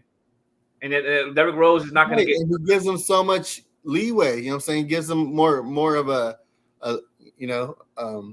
and he doesn't play no defense, and he gives him like as many minutes as he needs. I just don't understand that. With Tibbs, it's a quote unquote system thing. Rose knows the quote unquote system and how he likes his system ran. It's things like that, and that's just Tibbs for you. Yeah, Rose gets. Rose at this age, I expect him to get smoked on defense. The older he gets, I expect it to be worse and worse. But I will say he's a guy that he comes off the bench. He's gonna make up for it. He plays hard, so I appreciate him for that. But that's what Tibbs likes. If Noah was still on this team, you can bet your last dollar Noah's gonna be starting or he's gonna be playing heavy minutes. Thank God Tibbs didn't get here quick enough. If Noah was on the team, and I like Noah. That's all I can say. I like Noah. So, hey, RJ looks like a consolation prize today, and that's a failure. But oh man, I didn't even know that. I seen the offer, but I didn't know that was their first offer or their only offer. I don't know, but that's a bad look. Technically, I the thing is, I just don't like to think about it. I don't want to think too much into it. I don't want to think into it. Knicks shopped RJ hard. Yeah, I didn't know that, Jay. Salute, Jay. I didn't know that. I didn't know they shopped him hard. I thought they just shopped him. I thought that was kind of like a desperation move. Like, all right, fine, I'll give you RJ. I thought it was kind of like that. Like, all right, you want RJ? We'll just take him. Come on. And they decline. It's like if they decline that when you offer them, yes, that is kind of like oh. So I got them to take the bait. Now guess what? I don't want the trade no more. Cleveland, take the trade. It's kind of like. In Cleveland, we didn't beat them once last season, so it's kind of like, what's going on, Knicks? Like, we didn't even beat these guys. We want to beat these guys. I think we want to beat every team that kind of came into the Garden and smacked us, I think we need revenge. I think we owe them a butt whooping. You know what I'm saying? You don't have the firepower, though. You don't got the firepower. It sucks. When you're a Knicks fan, it's like you just want to fight, man. You're angry. You want to get on the court and do it yourself. You want to get on there and you want to go upside some heads yourself. Come on, play harder, man. We don't want no guy to come into the Garden and do like this to the crowd. You don't want that. You want to fight. Come on. Trae Young came in here and did the damn thing. We still owe him I can't curse, but we still owe him a whooping. We got him on Christmas though. You know what I mean? Yes, that game is meaningless, sub. That's a meaningless game. We got him though. Yes, I wanted that win. You didn't feel like that day though. I That's some bad what I'm saying. It was a good day that day. No, well, it was cool for the win, but I got bad news that day, so I didn't really care. I got bad news. I remember. Yeah, so I wasn't really. It was kind of like bittersweet. I watched the game, but it was all right. I was hoping they would win. I was happy for Kimba. I know Kimba's he's out of here now, but I was happy for him. The crowd, he got that Garden game in. The crowd chanted his name. I think he went off that game for 42, 40. So I was happy for him in that regard. That was a good day. That was a good day for the Knicks, but not a good day overall. But yeah. You never offer RJ in this deal. You let Ainge ask for him. This is common. Yeah, I didn't even know that. I thought Ainge asked for him. I know Ainge asked for him. I know that's what Ainge wanted, but I didn't even know. Well, then again, I don't know. I don't know if Ainge ever wanted him. I think Ainge knew probably to never ask for him. I really don't know if it was psychological warfare. I don't know if Ainge never asked for him and waited to see if Leon Rose was going to bite the bullet and take the bait. I don't know. And then he finally did. I really don't know. I don't know. But it looks bad. Pudge Nice, I don't even want to see. Pudge, shout out to Pudge Nice. But Freezy, please take this comment off the screen. I don't even want to see Leon Rose's face. Please, just take the comment off the screen. Take it off. I don't want to see Leon Rose's face right now because this is how, you see this picture? This is how Leon Rose looks at every game. He just has a mask on. He sits at every game just like this, just with his hands folded, with a mask on. He has his hands folded down here with his mask on. Like, yeah, thank you, Freezy. Yeah, just not doing nothing, just watching the game, enjoying the front row. You don't see no popcorn in his hand, but just enjoying the game. Yeah, like okay, yeah, I'm getting paid. I'm not gonna help this team. I'm not gonna help this team with nothing. That's Leon Rose. Yeah, because he's playing chess, not checkers, Cully. Exactly. With chess, you can take all the time in the world to make a move. He has a master plan. He's like the villain. You don't rush the dawn, right, Sub? You never rush the dawn to make a move. No, shout out to Pudge. Pudge, don't be mad at me. You may hate me. You may call me a coleslaw. I'm sorry. I just didn't want to see Leon Rose's face. I'm sorry. I can't see his face right now. I don't think anybody does. I think we want to get better. Leon Rose twerking. Nah, this felt personal. Nah, it's not. It's not personal for Pudge, man. I can't see Leon Rose's face right now. I don't want to even see it. I don't want to think about it. I just want to play 2K after this. I don't even want to play 2K. I just want to watch TV. Watch TV and just drink a nice glass of water. Nice cold glass of water. I don't want to think about what happened today, what transpired. AD, I put the link in there. I already know how you feel about making a trade, AD, getting this team better. I already know, AD. I don't want to hear no rumors about the next guy that's available. You know what I'm saying? You said what, sir? I don't want to hear about the next person that's available. I don't look at it. I'm a Knicks fan, so I'm gonna watch everything, but I'm not even gonna look at it. I don't care. Don't speculate nothing for me. Oh, this guy said he wants out. I don't damn, not speculate. What's going on, fellas? Salute, Jay. Salute. That was good. Do you guys think this felt personal for Danny Ainge? Yes. In what sense? Yeah, possibly. What sense do you mean? Because Woj put it out very clear as day when he said Ainge took the deal. He never went back to the Knicks and said, top this. Wait, say that again. My fault. I'm sorry. Say that again. I'm just trying to register. I'm a little slow at times. Say that again. I'm sorry. That Ainge got the deal from the Cavs, but he never went back to Leon and said, this is the deal I got. Can you beat it? He just accepted it. He just so this is why I'm curious to know, was this personal? Like, is there I'm trying to think in my head, was there a player that Leon Rose had under Danny Ainge that there was bad blood with negotiating or something? Because Danny Ainge pulled the curtain on Leon Rose, and Leon Rose is not even looking bad on us. He's looking bad on his players. And that's why he's think about it. They say they offered Obi, Mitch, RJ 3 first. Danny Ainge would accept that now, but he didn't do that in the beginning of July when it was first offered. What did Leon Rose do? All right, Mitch, here's $60 million. Right? Right. Fast forward this week. RJ's in the deal. Now Danny Ainge ain't calling you back. Yo, RJ, here's 120. bro, it's like we cheated and then we gave our girl an engagement ring to make them feel better, bro. We was out here moving like groupies for this dude, man. Like, what's really going on? We What was ain't the even Cavs' really other deal? like we wasn't even really trying to negotiate. If that's what it was, if you come off the bat talking about RJ, that's crazy, bro. That's And actually Woj crazy. is a Leon guy. That's Leon's friend. And all the details, I'm sure Leon would never tell He Woj all of this. he That was thought, Ainge.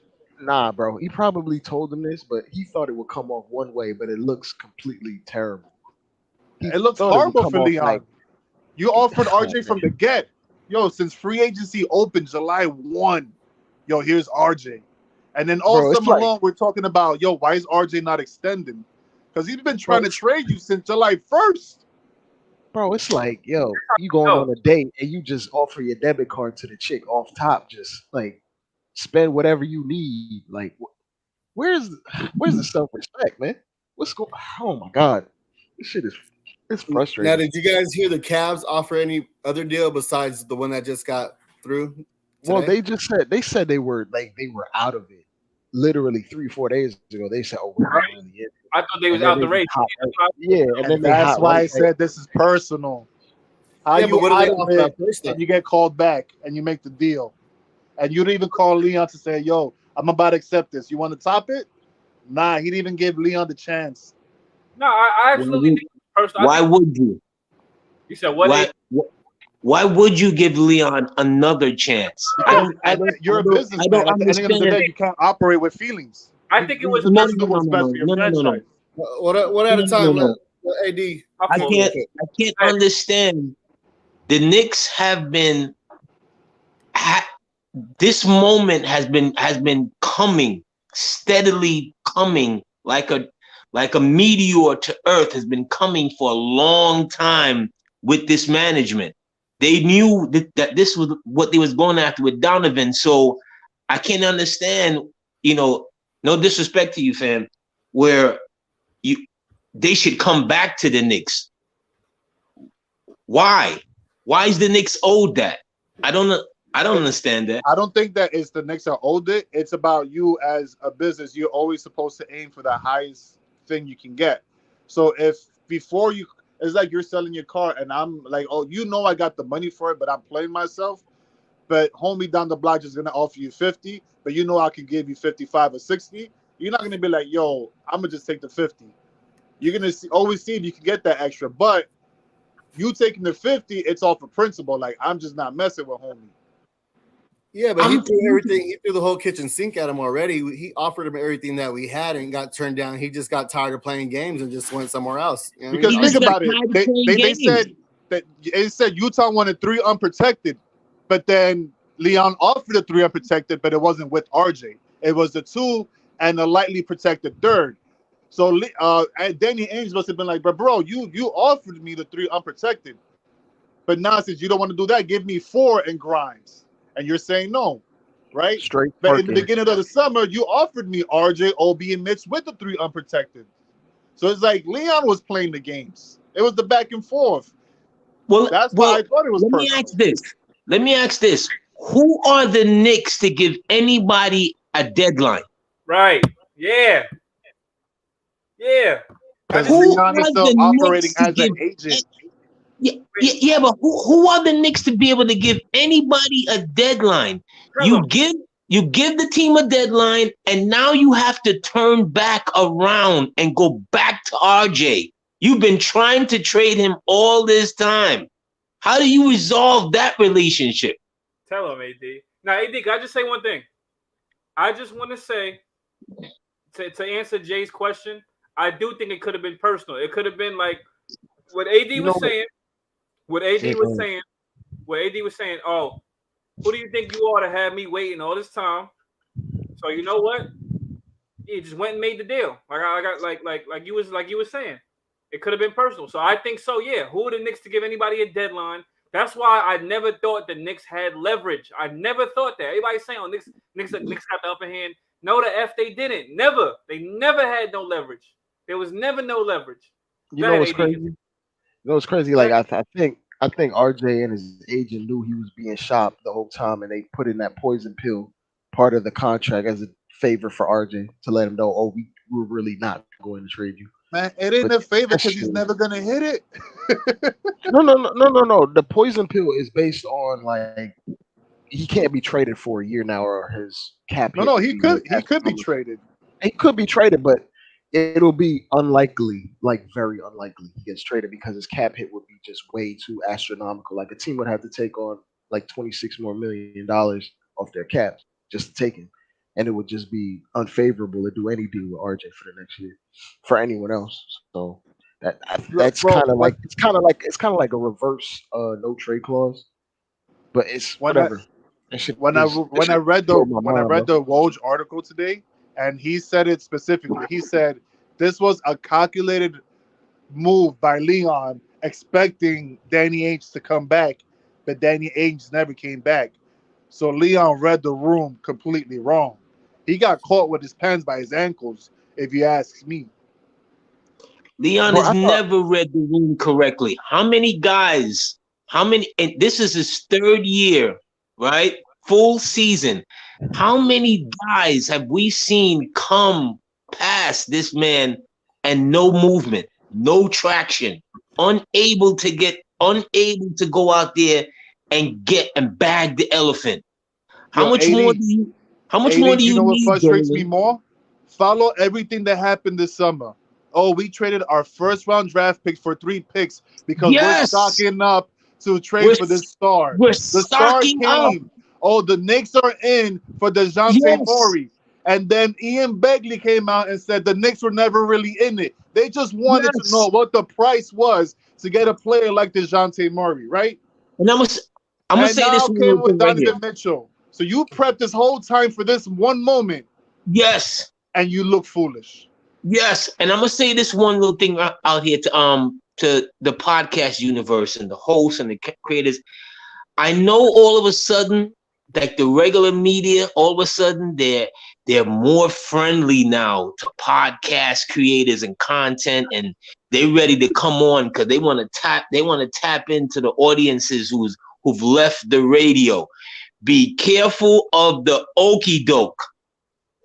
These people are giving these media people their marching orders and what to say, and they're coming out here on these airwaves, blinding us with this okey doke, blinding us with this nonsense every day. Remember, just a couple of years ago, we could barely get on the regular radio stations, right?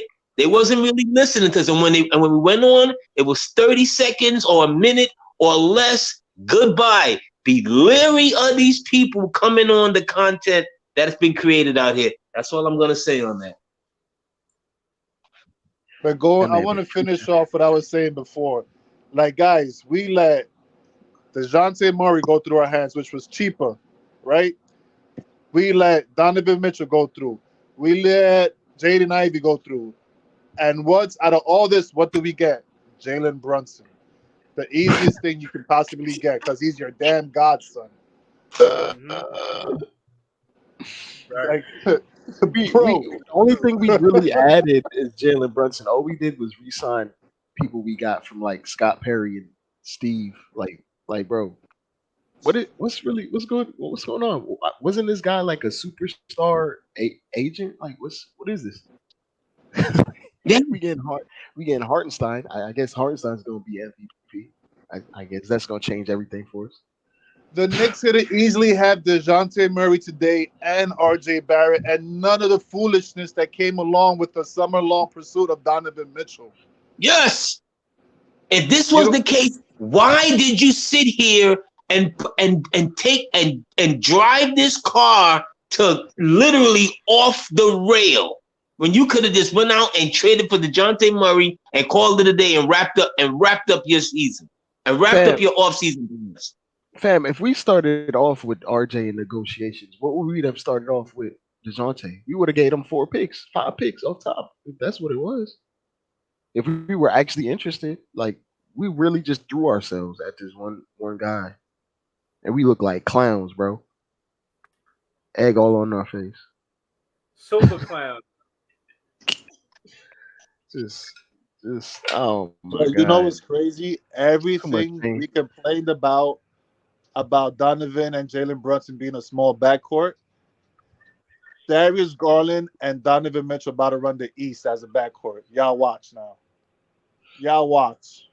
Yeah, that's a small backcourt. Watch that backcourt. Y'all watch. Oh my god, Mitchell it's and gonna be great. Yo, What are you talking this about? shit. Backcourt? Cleveland. Oh yeah, they're gonna be solid. Yeah, I mean they got an elite rim protector in Mobley, and Mobley They on got top of that, two of them. they got a twin tower. All they missing is a wing for real.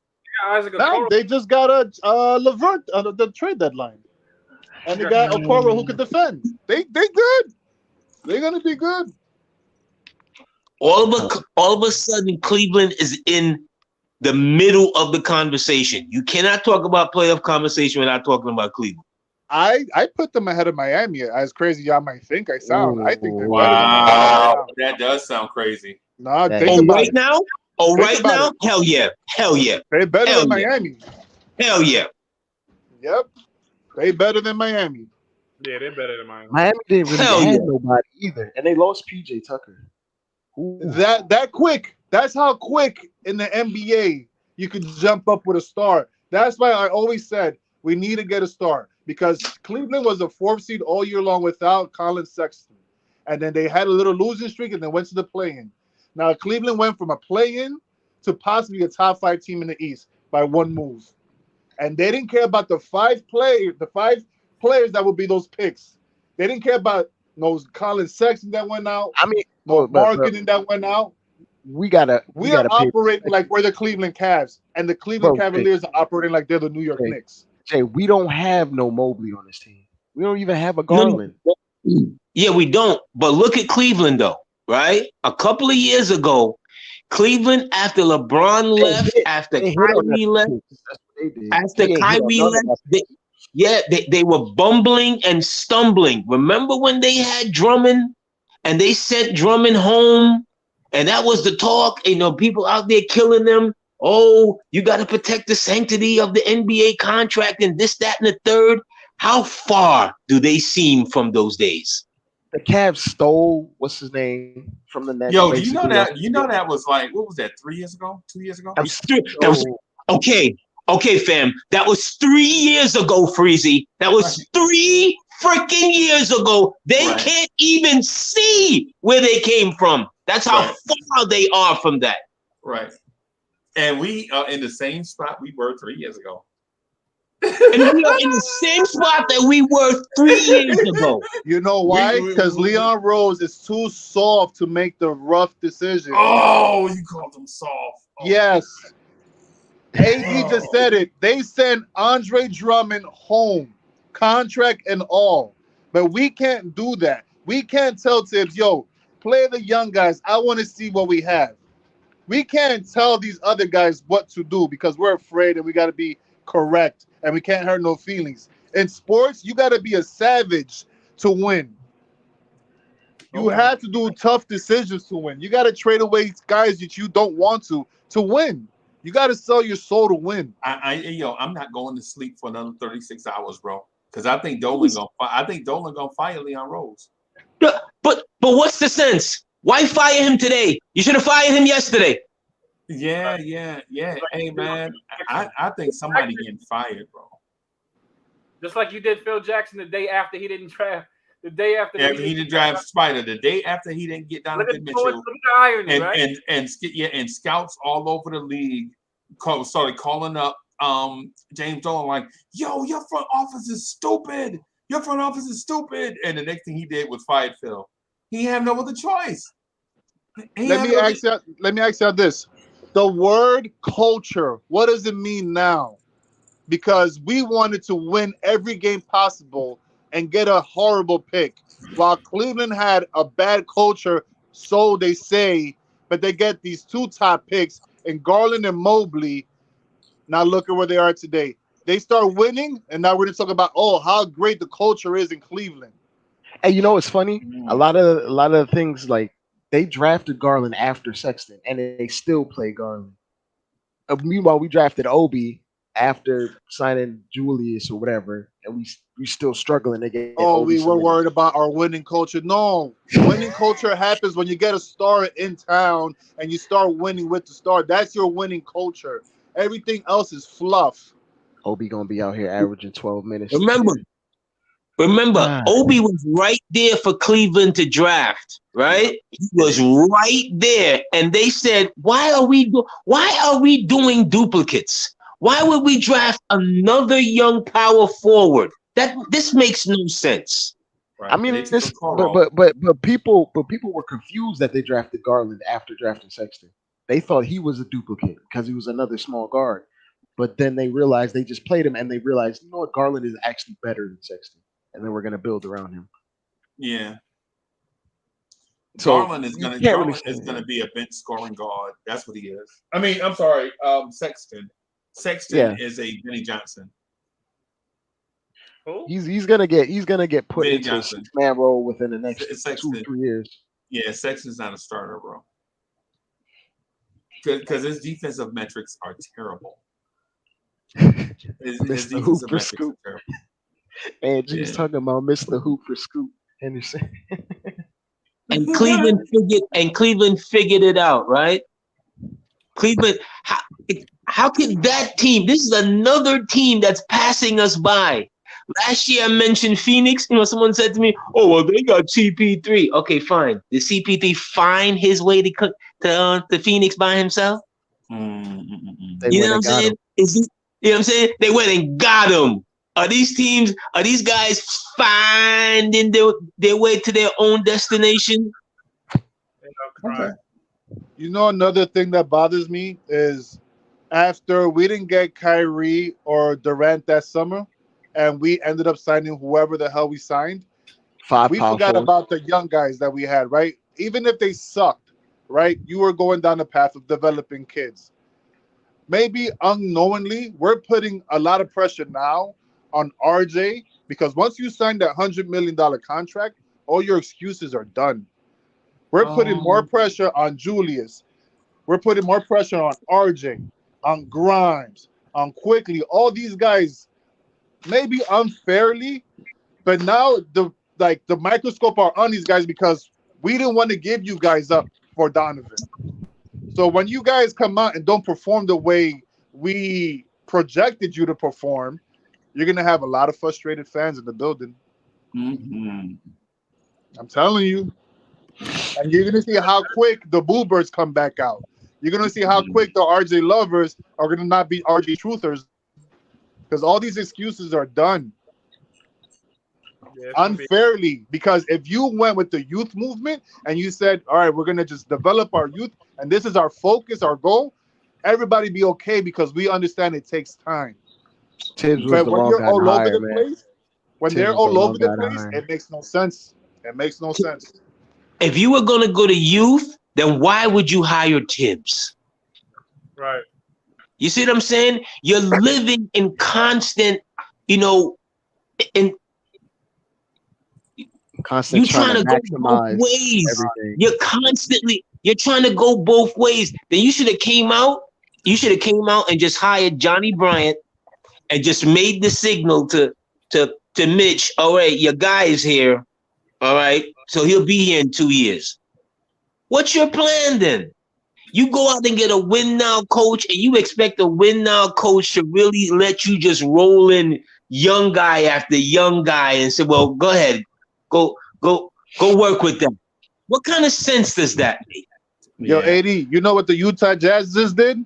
They traded the two best players and they hired a first-time head coach. Yes! And now that team has zero expectations for the next couple of years. So they can get the number one pick this year, let's just say, and they still won't be judged for another 3-4 years. I mean, Leon Rose does that favor for favor bullshit, man. That's what it is, because Tom Thibodeau was not getting a job from anyone in the league, period. Okay. And Leon Rose saved him. He saved him. Yeah. He was not getting a job anywhere, no matter the context, win now, win later. when 10 years from now, nobody was going to give that man a job. He was out here. But if you're gonna bring, but if you're gonna bring that guy in, in fairness to him and the kind of coach that he is, why would you do this to him? Why would you put him in this type of situation where you want to be in constant confusing? There's no clear direction. 80, they had the chance. They had the chance to trade RJ when they first got here. And if they know that about Tibbs, they would have traded RJ year one. But they didn't. So they don't know what the hell they're doing.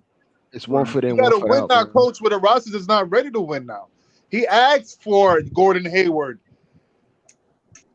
Yeah, he tried to trade RJ for Gordon. He asked for Mook Morris again for them to bring him back. They didn't do it. He asked to trade RJ. They didn't do it.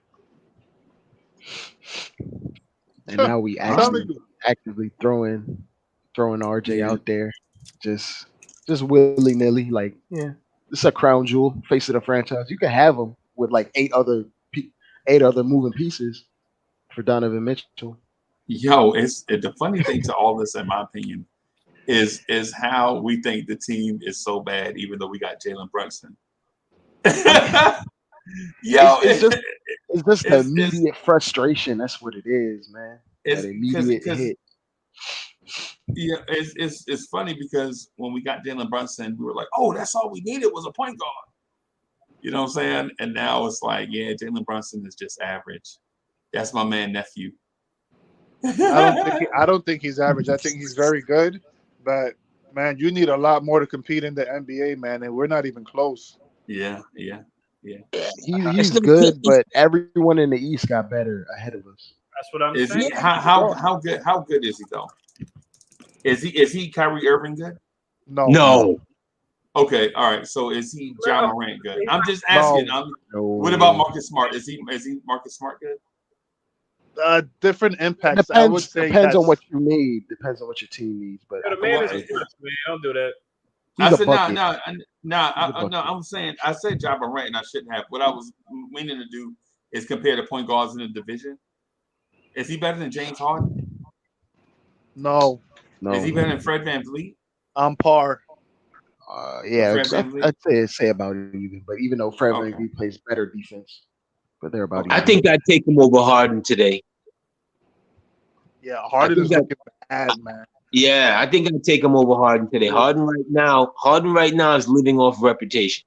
Okay. That man had to lose about 50 pounds in this offseason to try to get something. And hey, Freeze, it's not Marcus Smart no more. It's Brogdon now. Brogdon. Better shape. Yeah. Man, James Harden is shredded right now, bro. Yeah, he's cut up right now. Yeah, man. That dude look like he about 225, bro. He ain't been that way since OKC, man.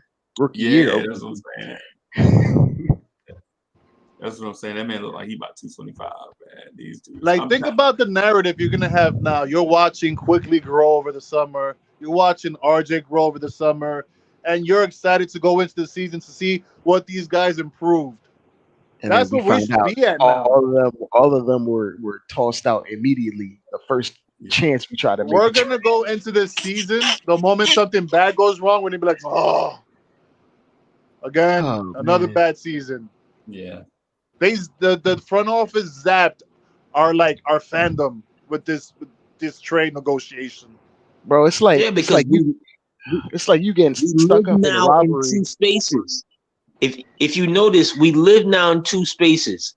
We live at the trading deadline and free. That's it. That's horrible.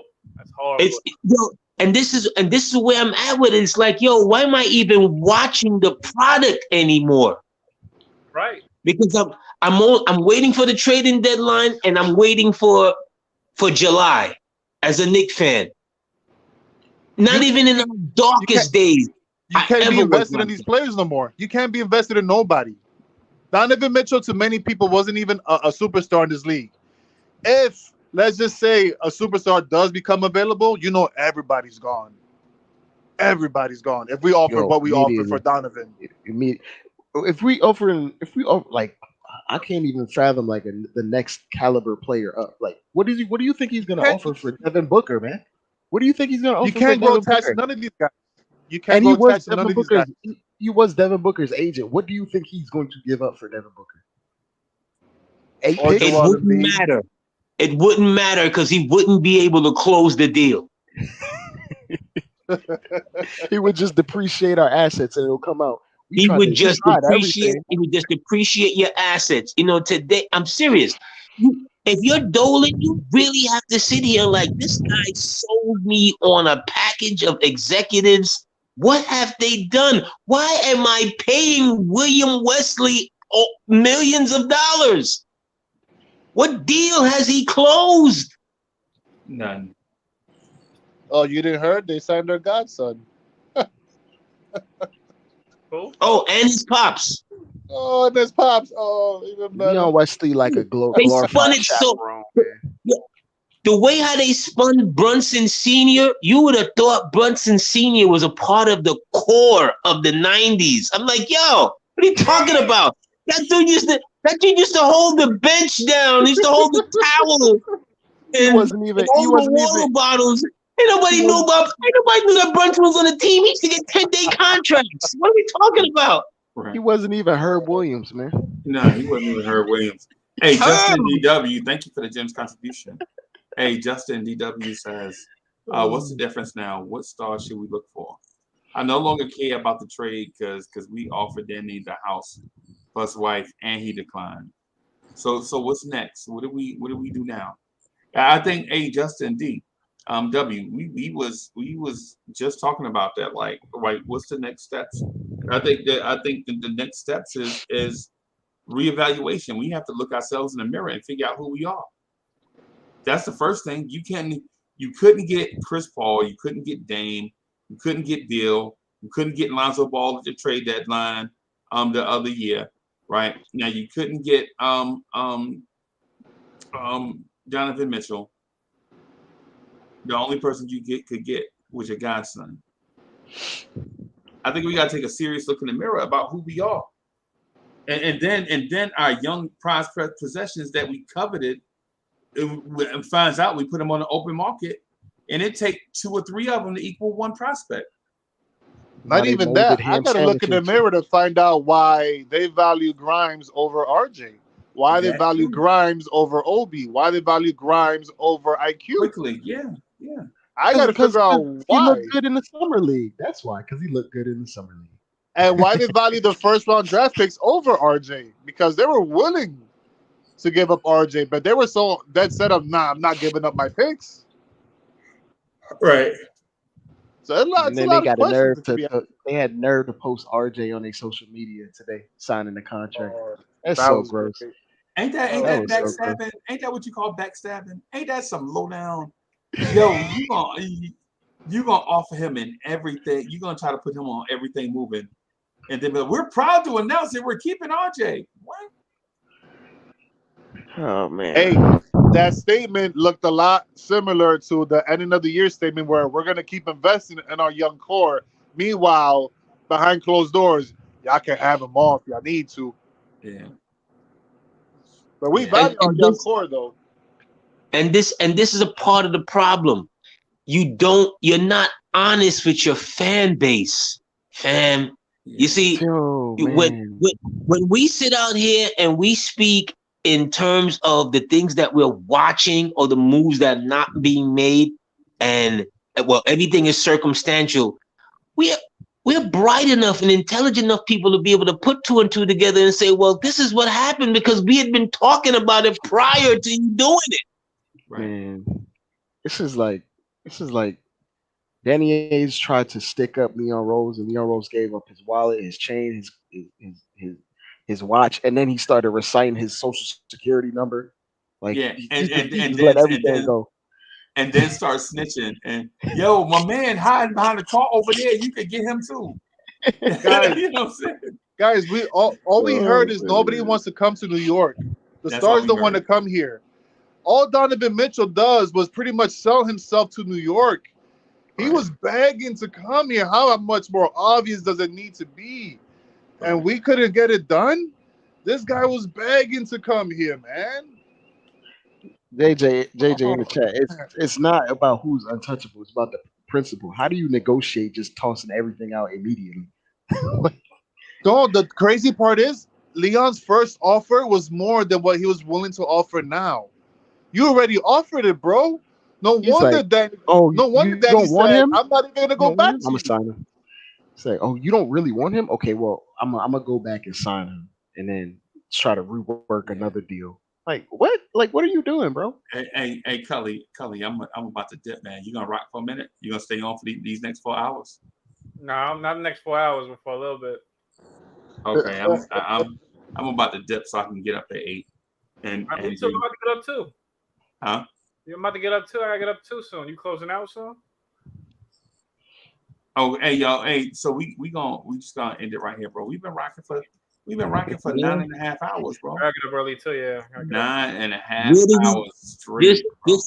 Let's close out on this. Where do we go? You know, where do we go from here, Nick? That's what we started on. Yeah. And I guess we got to come back around to it, Freezy. Where do we, as a Knick fan, and it's not because I've been a fan for a good minute. Well, no, that's incorrect. It's because I've been a fan for a good minute.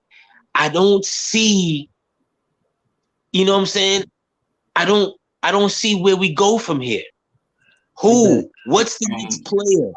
Down. Yeah. That's where you go. Like nobody over the age of 25 should play a minute next year, but it's gonna happen. Yeah. Nobody over the age of 25. I think we're setting ourselves up for what is called the hardcore tank. That's what I think we said. But Freezy's not going to be a tank, Freezy, because we're going to be right back here again on another 37 to 41 wins. You know, trying to find out why are we drafting 12 through 15, and we can't get the right kind of players to take us to that stratosphere.